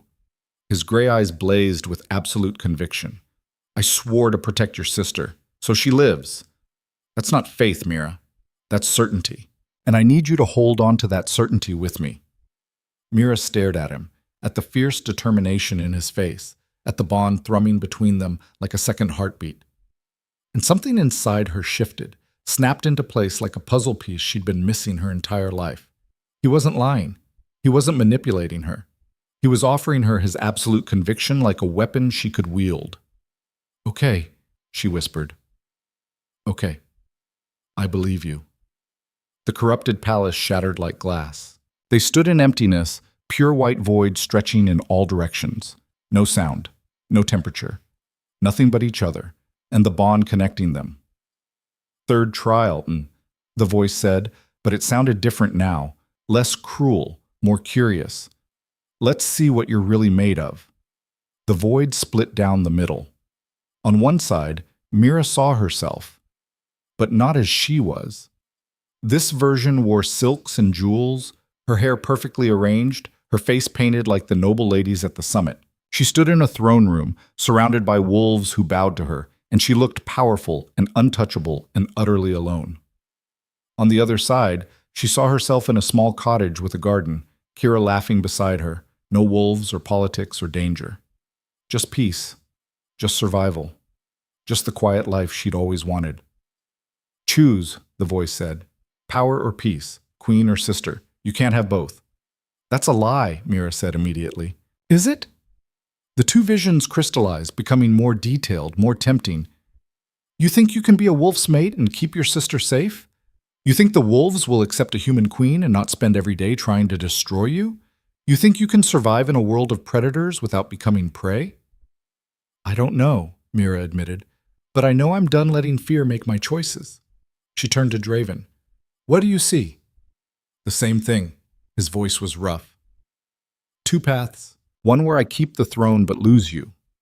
One where I give up everything and we disappear together. Just two people with no destiny or bond or responsibility.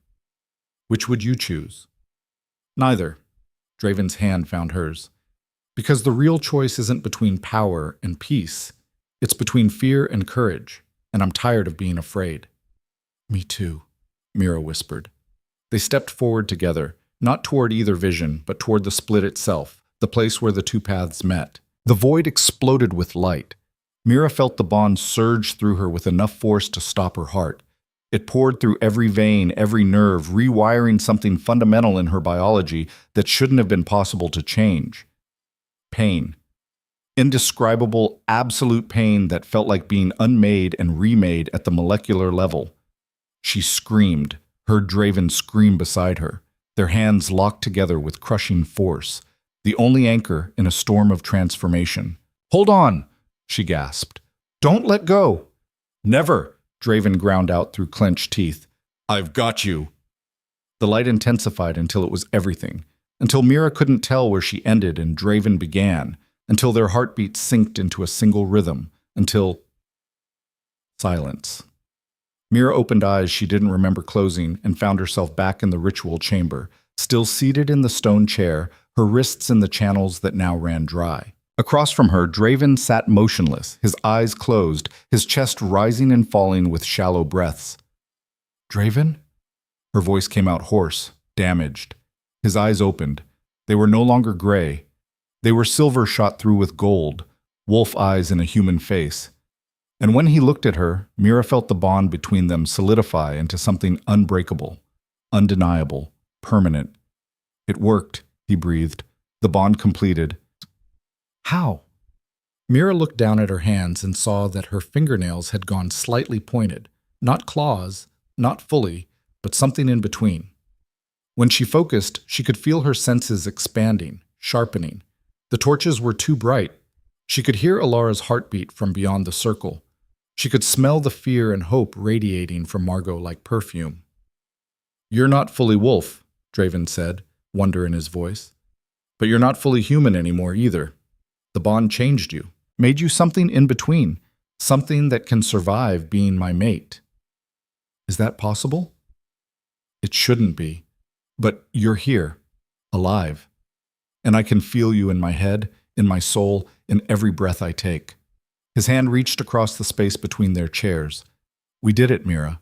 Against all odds, we survived."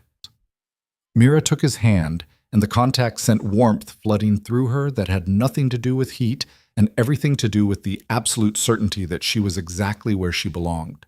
The firewall collapsed, the circle dissolved, and suddenly Alara and Margot were there, checking them over with hands that shook. "Impossible," Alara kept muttering. "Completely impossible. Humans can't bond with wolves. They can't survive the transformation. This shouldn't—" "But it did," Draven interrupted. He stood, swaying slightly, and pulled Mira up with him. "How long were we in there?" 4 hours, Margot said, tears streaming down her face. 4 hours of watching the flames and not knowing if you were alive or dead or suffering. 4 hours of the worst vigil I've ever kept. 4 hours, Mira repeated. Inside the trials, it had felt like days. "Kira?" "The search continues," Alara said quickly. "My agents have narrowed the possible locations to 3 sites within 50 miles. But Mira, you need to rest before—" "No." Mira's voice came out harder than she intended, carrying an authority she'd never possessed before. "I need to find my sister, now!" Alara's eyes widened. "Your Majesty!" The title hung in the air like a thunderclap. "I'm not queen yet," Mira started. "Yes, you are." Draven's voice was absolute. "The moment the bond completed, you became my acknowledged mate, which makes you queen consort by default. Every wolf in 5 kingdoms will feel the bond shift. They'll know what happened here tonight." "Including whoever took Kira," Mira realized. Exactly. Draven's expression hardened, which means they'll either panic and kill her to cover their tracks, or they'll try to use her as leverage one more time. Mira felt something cold settle in her chest. Because a queen might be able to demand her sister's return. But a queen also has political considerations. Things she can be pressured with. "Not this queen," Draven said fiercely. "We don't negotiate with kidnappers. We destroy them." "Then let's go." Mira started toward the stairs, her legs steadier than they should have been after 4 hours in the ritual space. The transformation had changed something fundamental. She felt strong in a way she never had before, like her body had finally caught up to her will. They climbed back to the palace proper, and the difference was immediate. Guards who had barely acknowledged Mira earlier now snapped to attention, their eyes widening as they took in her changed appearance.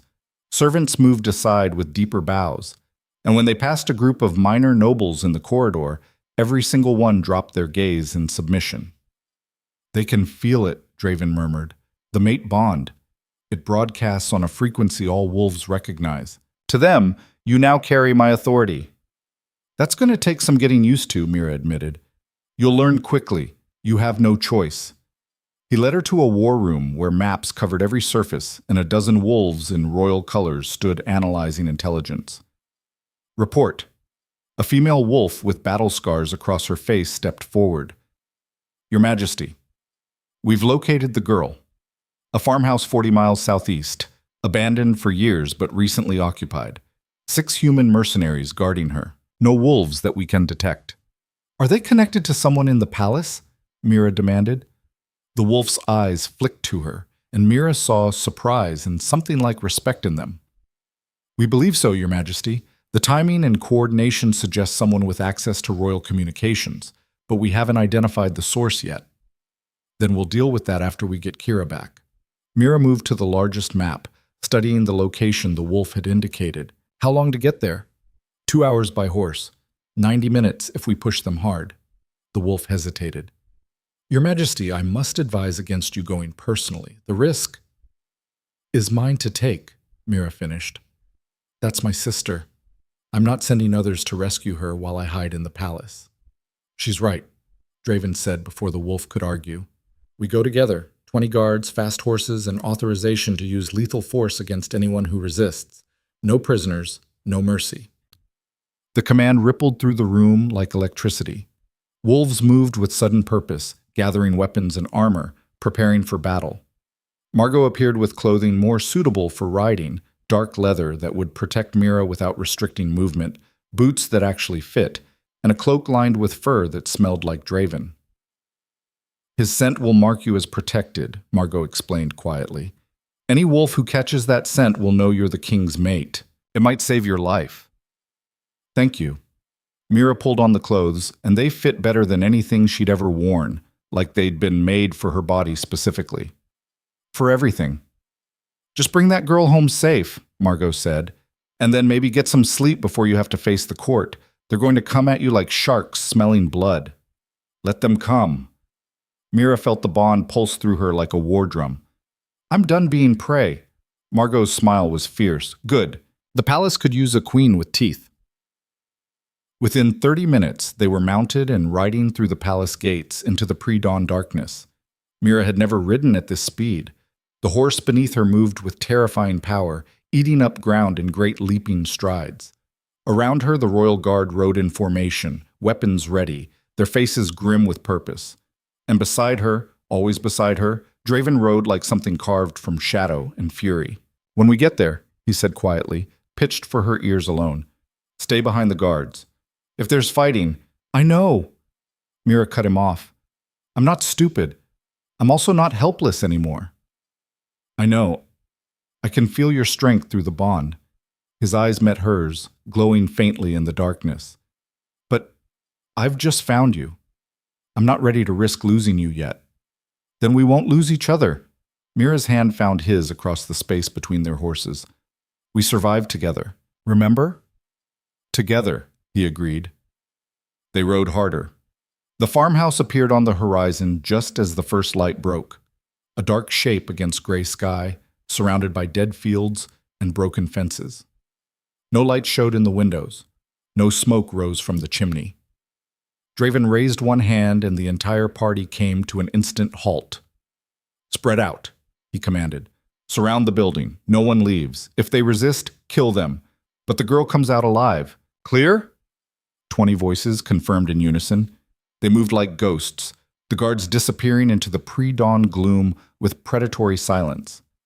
Draven and Mira approached the front door directly, bold and unafraid, because they were done hiding.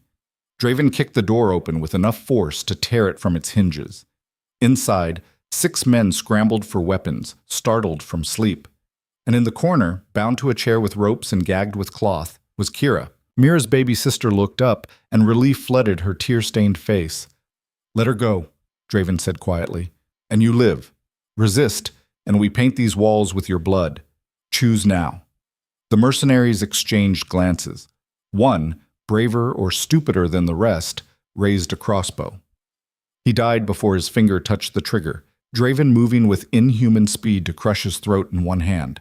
The man's body hit the floor, and the remaining 5 dropped their weapons. Smart choice, Draven said coldly. Mira was already across the room, tearing at Kira's bindings with hands that shook. The moment the gag came free, Kira sobbed out her sister's name. "I've got you," Mira whispered fiercely. "I'm here. You're safe now." "You came," Kira gasped. "I knew you'd come, but they said they'd kill you if you tried. They lied." Mira pulled her sister into a crushing embrace, and over Kira's shoulder she met Draven's eyes. "Thank you," she mouthed. He nodded once, then turned his attention to the surviving mercenaries. "Who hired you?" His voice was conversational, almost pleasant, which made it terrifying. Silence. Draven's eyes flashed gold. "I'll ask one more time. Who hired you?" "A woman," one of the mercenaries finally gasped. "Noble born. She paid us 5,000 crowns to grab the girl and hold her for 24 hours. Said it was a family dispute, nothing criminal." Description: pale hair, ice blue eyes, wore winter pack colors. Callista. Mira felt fury surge through her so intensely that for a moment her vision went red. The bond amplified the emotion, and she felt Draven's rage mirror her own, building into something that could crack mountains.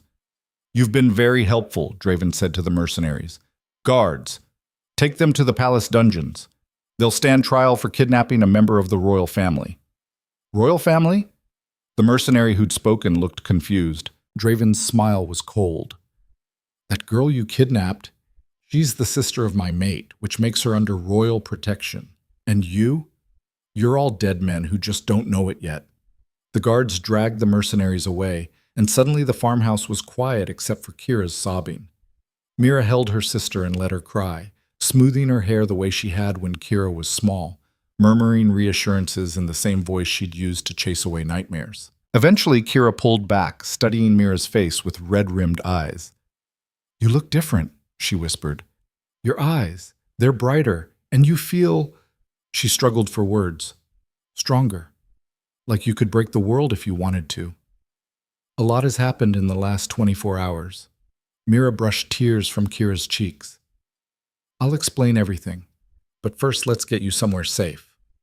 "The palace," Kira breathed. "Mira, this is the king, the actual Alpha King." "What's going on?" "It's a long story," Mira said, "and I promise I'll tell you all of it. But right now I need you to trust me. Can you do that?"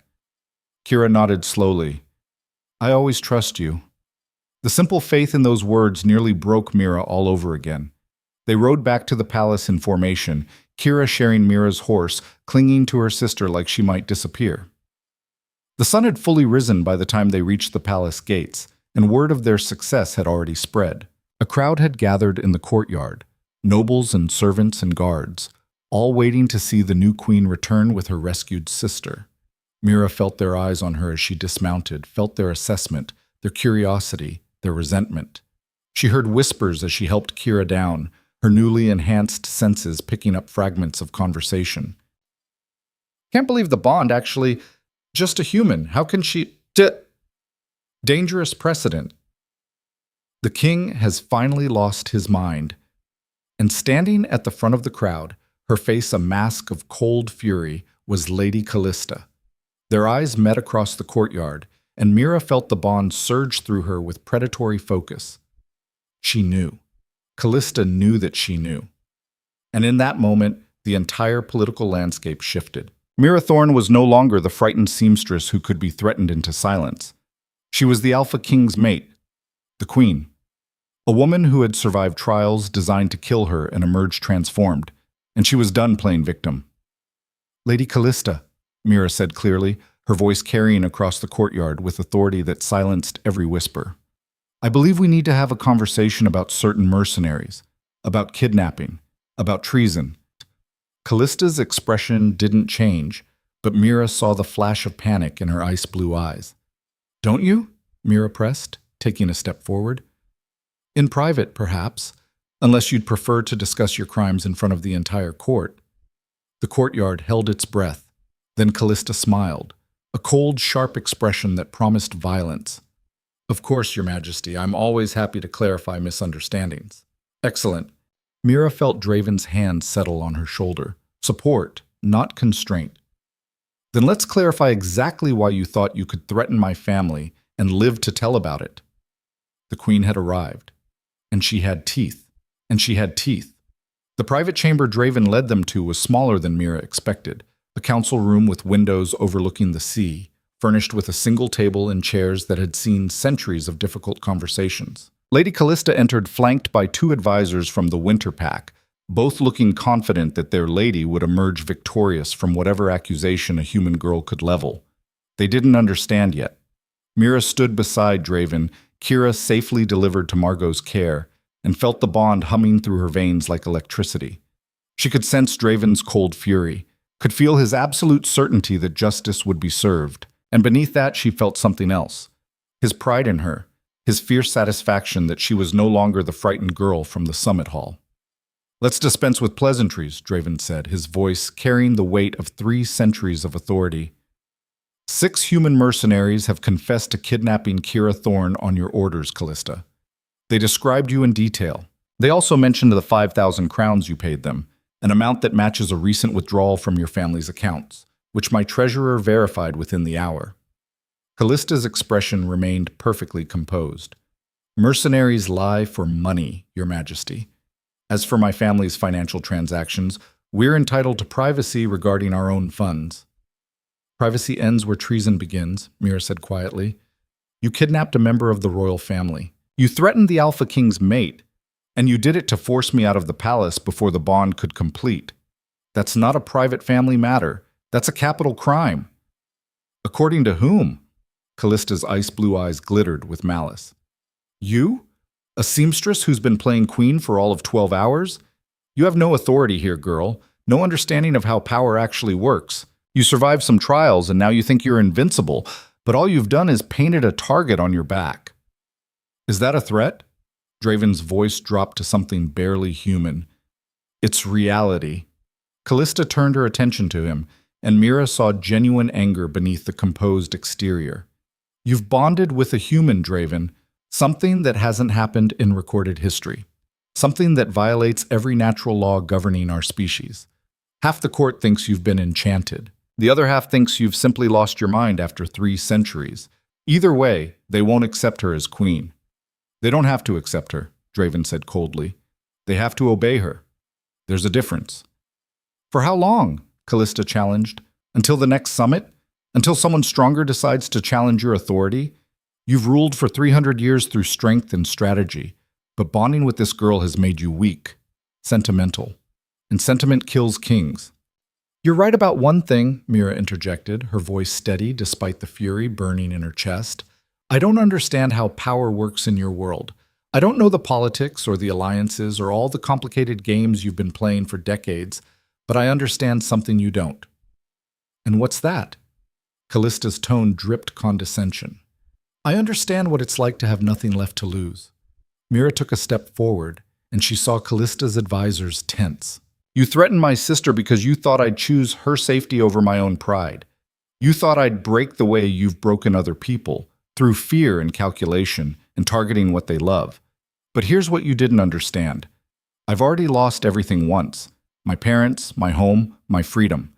I spent 3 years surviving in hell, and it made me into someone who doesn't flinch anymore." Brave words from someone who still has so much to lose. Callista's smile was vicious. "Your sister, for instance. She's here in the palace now, surrounded by wolves who owe me favors. Accidents happen, Your Majesty, even to girls under royal protection." The threat hung in the air like poison. Draven moved, but Mira's hand on his arm stopped him. "No," she said quietly. "This is mine to handle." She looked at Callista, really looked at her, and saw what she should have seen from the beginning. Not a powerful alpha female, but a desperate woman watching her carefully constructed plans crumble. Callista had spent decades positioning herself as Draven's most likely choice for queen, had built her entire identity around the certainty that eventually he would choose her. And then Mira had appeared and destroyed all of it in a single night. "You're afraid," Mira said, and she saw Callista's expression flicker. "Not of me specifically, of what I represent. Because if a human seamstress can become queen, if the king can choose someone with no power or status or political value, then all your careful planning was worthless. All your sacrifices, all your strategies, meaningless. And that terrifies you. I'm not afraid of anything, Callista spat. Then prove it. Mira's voice was steel. Accept judgment for your crimes. Face the consequences like someone with actual strength instead of hiding behind threats and schemes. There will be no judgment, one of Callista's advisors interrupted. The Winter Pact stands with Lady Callista. If you move against her, you risk breaking the alliance that's held the Northern Territories stable for a century. Then break it, Draven said flatly. The room went silent. Your Majesty, the advisor tried again. Surely you don't mean... I mean exactly what I said. If the Winter Pact chooses to shield a traitor, then the alliance ends. Today. Now. And we'll see how long your territories last without the protection and trade agreements that alliance provides. Draven's eyes had gone full gold, his wolf rising to the surface. But perhaps Lady Callista would like to reconsider before she drags her entire pack into ruin over one failed scheme. Callista's face had gone pale. You wouldn't dare. The economic damage alone would be catastrophic, Draven agreed. For you. The other 4 kingdoms would absorb the loss within a year. But the Winter Pact? You'd be isolated, vulnerable, and there are wolves who've been waiting decades for an opportunity to move against your territory. I wonder how long you'd last without my protection. This is extortion, Callista said, but her voice had lost its certainty. This is justice, Mira corrected. You made a choice when you targeted my sister. Now you face the consequences. You can either accept judgment with some dignity and tact, or you can watch your entire pack suffer for your pride. Choose. The silence stretched like a blade. Finally, Callista's shoulders sagged almost imperceptibly. What judgment? Public apology, Draven said immediately, before the assembled court. You'll confess to hiring mercenaries to kidnap Mira Thorne, and you'll formally acknowledge Mira as my mate and queen. Additionally, you'll pay restitution, 50,000 crowns to be split between Mira's family and the families of the guards who died protecting Kira's escort. 50,000? Callista's voice cracked. That's nearly a third of my family's liquid assets. Then you should have thought about that before you committed treason. Draven's tone was implacable. Those are my terms. Accept them or face exile and the collapse of your pack's standing. Decide now. Mira watched emotions war across Callista's face, fury and humiliation and desperate calculation. This was a woman accustomed to winning, to controlling every situation through manipulation and strategic alliances.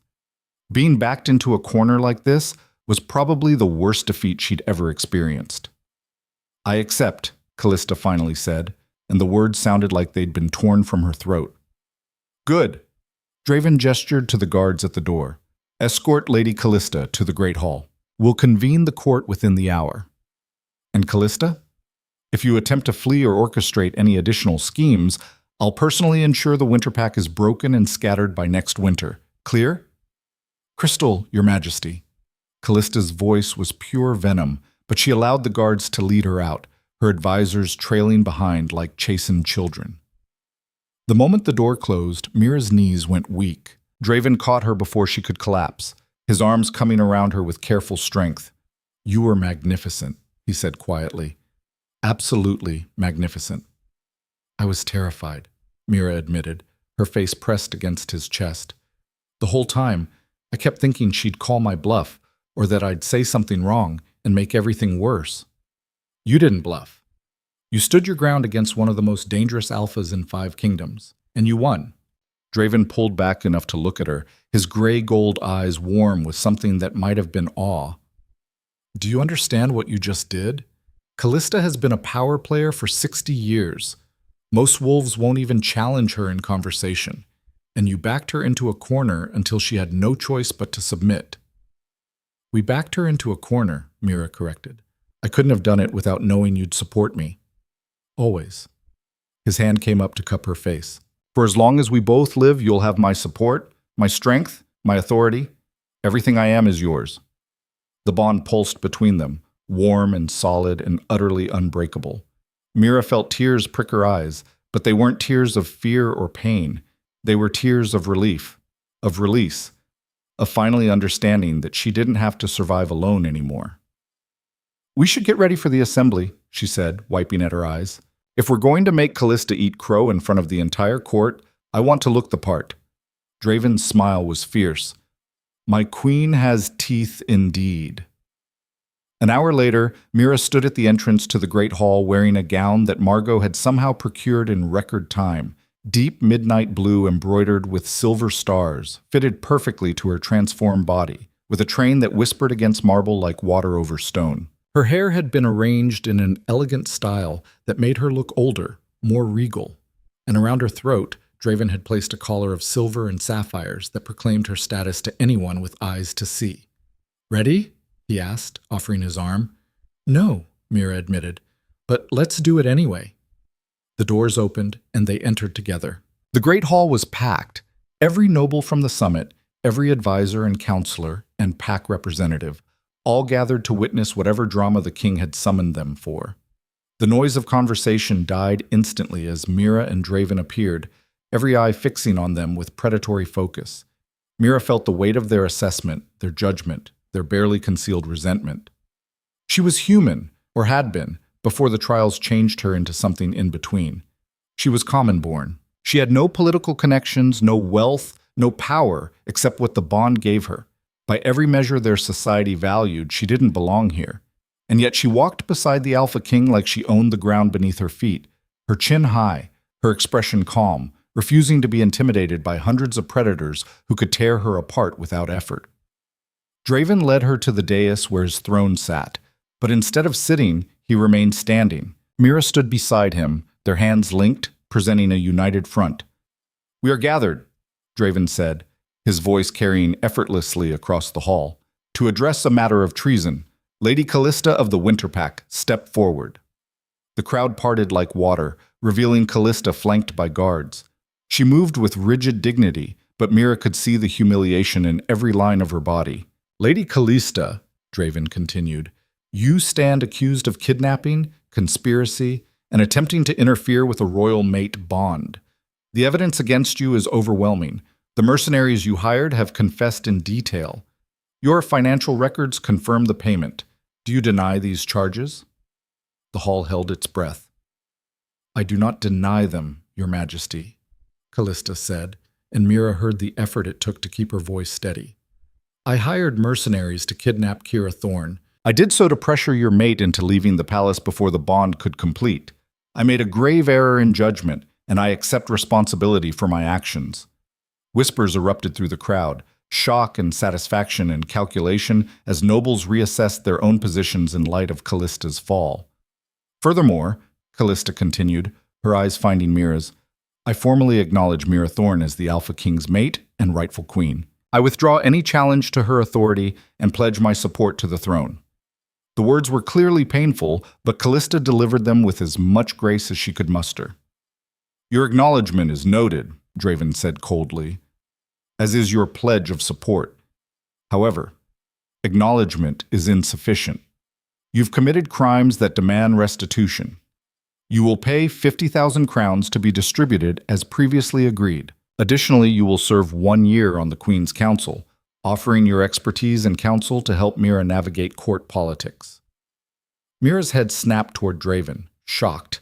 They hadn't discussed this additional term, but as she looked at his profile, she understood the strategy. Forcing Callista to serve on Mira's council wasn't just punishment, it was a demonstration of power. It told the court that the new queen was strong enough to take her greatest enemy and turn her into a tool. "I accept these terms," Callista said through gritted teeth. "Then this matter is concluded." Draven's expression was implacable. "Let it be known throughout the 5 kingdoms, Mira Thorne is my acknowledged mate and queen. Any challenge to her authority is a challenge to me directly. Any threat to her safety is an act of war, and any wolf who doubts her right to stand beside me will be given ample opportunity to test their strength against mine. Are there any such wolves present?" The question hung like a blade. Mira scanned the crowd, watching for challenges, for the flash of rebellion that would signal another threat. But she saw only submission, wolves lowering their gazes, bowing their heads, acknowledging the undeniable truth. The bond was real. The queen was real. And challenging her meant challenging the most powerful alpha in 3 centuries. "Then we have an understanding," Draven said. This summit will continue for 3 more days. During that time, I expect every noble present to treat my queen with the respect her position demands. Dismissed. The crowd began to disperse, conversations erupting in their wake, but Mira barely noticed. She was staring at Callista, who remained standing before the dais, her ice-blue eyes reflecting complex emotions, hatred and respect warring for dominance. "Lady Callista," Mira said quietly. "A word, if you please." The hall had mostly cleared, but those who remained watched with fascination as the queen addressed her defeated enemy. Callista approached slowly, and up close, Mira could see the exhaustion in her face, the weight of decades of scheming finally catching up with her. "You're wondering why I agreed to the council position," Callista said before Mira could speak. "Why I didn't demand Ekla instead of serving someone I tried to destroy." "The thought crossed my mind," Mira admitted. "Because your mate is brilliant, and he's given me a choice that isn't really a choice at all." Callista's smile was bitter. "Exile would mean losing everything. My status, my pack standing, my entire identity. But serving on your council means staying relevant, staying close to power, and potentially positioning myself for influence in whatever new court you're building. It's a leash, but it's a leash I can work with." "You're remarkably honest about your scheming," Mira observed. "What's the point of pretending?" Callista's expression hardened. "You've won. The bond completed, you survived the trials, and now you're queen. I can either accept that reality and find a way to thrive within it, or I can cling to pride and watch everything I've built crumble. I'm not foolish enough to choose pride." "So you'll serve loyally?" "I'll serve strategically," Callista corrected. "Which means helping you navigate threats I understand better than you do. Because if you fall, the instability will destroy everyone, including me. So yes, Your Majesty, you'll have my counsel. Whether you trust it is up to you." Mira studied the older woman, seeing beyond the ice-cold exterior to the calculating survivor beneath. Callista was dangerous, yes, but she was also pragmatic, and pragmatism could be useful. "Then let's be clear about our arrangement," Mira said. "You serve on my council and provide honest advice. In exchange, I don't destroy your pack's standing. But if you ever threaten my family again, if you ever put Kira or anyone I love in danger, I won't show mercy twice. Clear?" "Crystal, Your Majesty." This time, there was something almost like respect in Callista's eyes. "For what it's worth, you're not what I expected. Most humans who gain power become drunk on it immediately. But you understand that power is responsibility. That makes you dangerous in ways I didn't anticipate." "Is that a compliment?" "It's an acknowledgement." Callista inclined her head in a gesture that was almost a bow. "I underestimated you once. I won't make that mistake again." She left, and Mira found herself alone with Draven in the vast hall. "That went better than expected," Draven said, pulling her into his arms. "I half thought Callista would try something desperate."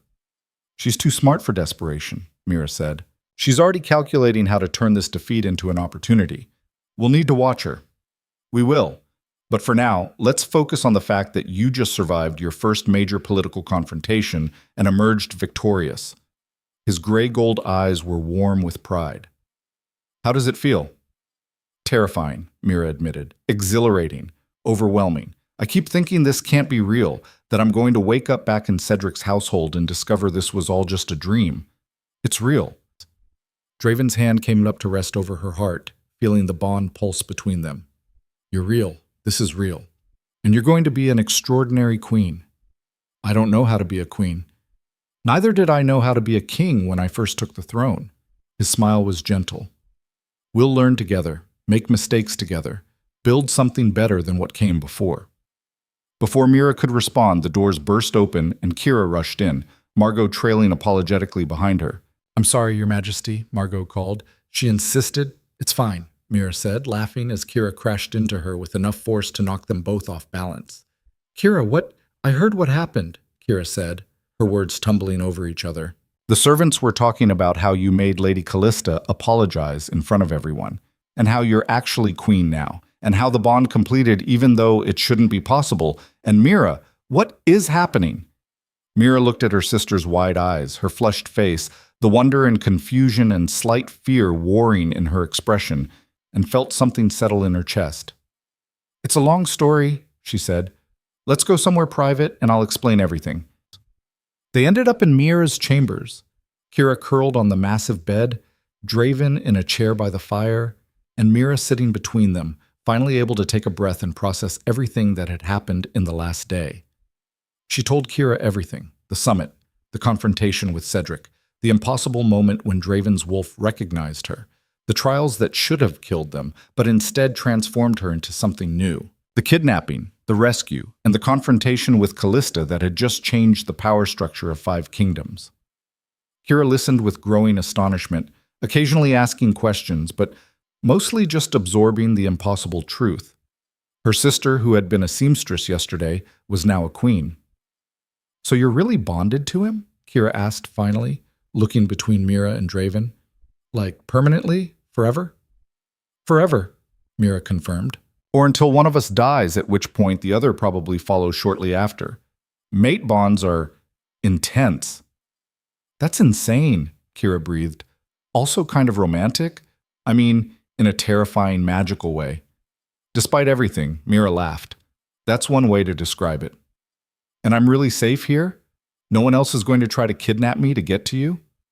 "You're under royal protection now," Draven said gently, "which means attacking you is tantamount to attacking the throne itself. Anyone who tries will face the full force of my authority. You're as safe as it's possible to be in a world full of wolves." Kira studied him with the same directness she'd always had, the quality that made her so good with children. She saw through facades to the truth beneath. "You really love her, don't you?" she said finally. "My sister. It's not just the bond." Draven's expression softened. "The bond brought us together. But what I feel for her, the respect, the admiration, the certainty that she's exactly where she belongs, that's beyond biology. That's choice." "Good," Kira's voice was fierce. "Because she spent 3 years taking care of me, sacrificing everything to keep us alive. She deserves someone who chooses her, someone who sees how amazing she is." "I do see it," Draven said quietly. "Every day I'll make sure she knows it." Mira felt tears threatening again and blinked them back furiously. "Okay, enough getting emotional. Kira, you need to understand something important. Being my sister makes you a political target. People will try to use you to get to me, to influence my decisions, to gain favor. You can't trust anyone in this palace except Margot and the guards Draven specifically assigns to you." "What about school?" Kira asked. "You said I could finish my education." "You will. I'll hire the best tutors in 5 kingdoms to come here.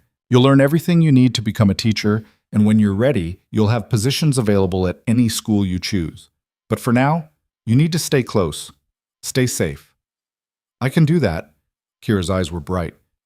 "As long as you promise not to get yourself killed doing queen things." "I promise to try," Mira said. "That's the best I can offer." They talked for hours about their parents, about the years with Cedric, about fears and hopes, and the impossible future that had suddenly opened before them. Eventually, Kira fell asleep on the bed, exhausted by fear and relief and too many emotions, and Margot came to carry her to her own chambers, which left Mira alone with Draven as night fell over the palace and the sea beyond the windows turned black as ink. "How are you really?" Draven asked, pulling her into his arms as they stood watching moonlight on water. "You've had the most intense 24 hours of your life. You're allowed to fall apart if you need to." "I'm terrified I'll fail," Mira admitted quietly. "That I'll make a decision that gets people killed, or that I'll embarrass you in front of the other kingdoms, or that I'll wake up one day and realize I have no idea what I'm doing." "Welcome to leadership," Draven said wryly. "I've been king for 300 years, and I still feel that way most days." "That's not reassuring. It's honest." He turned her to face him, his gray-gold eyes serious. "The truth is, you will make mistakes. You'll make decisions that hurt people, choices you'll regret. That's unavoidable when you hold power. But I've watched you these past hours, Mira. You have something most leaders never develop. You care. Actually, genuinely care about the people affected by your choices. That matters more than you know. And when caring isn't enough, then you lean on the people around you, on me, on Alara and Margot, and eventually even on Callista, because she's survived this world longer than almost anyone. You don't have to be perfect. You just have to keep trying to be better." He brushed a strand of hair from her face. Besides, you've already proven you're strong enough for this. You survived Cedric. You survived the trials. You faced down Callista and won. What's left to be afraid of? Everything, Mira said honestly. But I'll do it anyway. Because Kira needs me to succeed, because you believe in me. Because I'm tired of being afraid. Then we'll be tired and terrified together, Draven said, echoing her words from the trials. For the rest of our lives, probably. But at least we won't be alone. Mira looked up at him. This man who had lived 3 centuries alone, who had buried queens and watched kingdoms rise and fall, who had been so tired of existing that he'd forgotten what it meant to actually live. And she saw in his eyes the same thing she felt in her own chest. Hope. Fragile, tentative hope that maybe they'd found something worth fighting for. I love you, she said, and the words felt both impossibly huge and perfectly simple. I don't know if it's the bond or just you, but I love you. Draven's expression cracked open, revealing raw emotion that took her breath away. I love you too. So much that it terrifies me, because in 300 years I've never had this much to lose. Then we'll just have to not lose each other, Mira said, no matter what comes. He kissed her then, gentle and fierce and full of promise, and the bond between them sang with recognition, with completion, with the absolute certainty that they were exactly where they belonged. When they finally pulled apart, Draven's smile was the first truly unguarded expression she'd seen from him. So, he said, Queen Mira, ready to face the rest of the summit? Absolutely not, Mira said, but ask me again in the morning. In the morning, then. He pulled her toward the bed, both of them collapsing onto the ridiculous luxury of silk and down. Tonight, we rest. Tomorrow, we start building the future. Together, Mira said. Together, he agreed. They fell asleep wrapped around each other, the bond humming between them like a lullaby. And for the first time in longer than either could remember, neither of them had nightmares. The summit continued for 3 more days. Mira attended every session, learning the intricate dance of politics and power, making connections with nobles who were either genuinely welcoming or smart enough to pretend to be. Callista, true to her word, began providing counsel, sharp, cynical advice that Mira learned to filter through her own judgment. Kira settled into palace life with surprising ease, already charming the staff and making plans for her future education. She'd been assigned a suite near Mira's chambers and guards, who took their duties seriously after hearing about the kidnapping.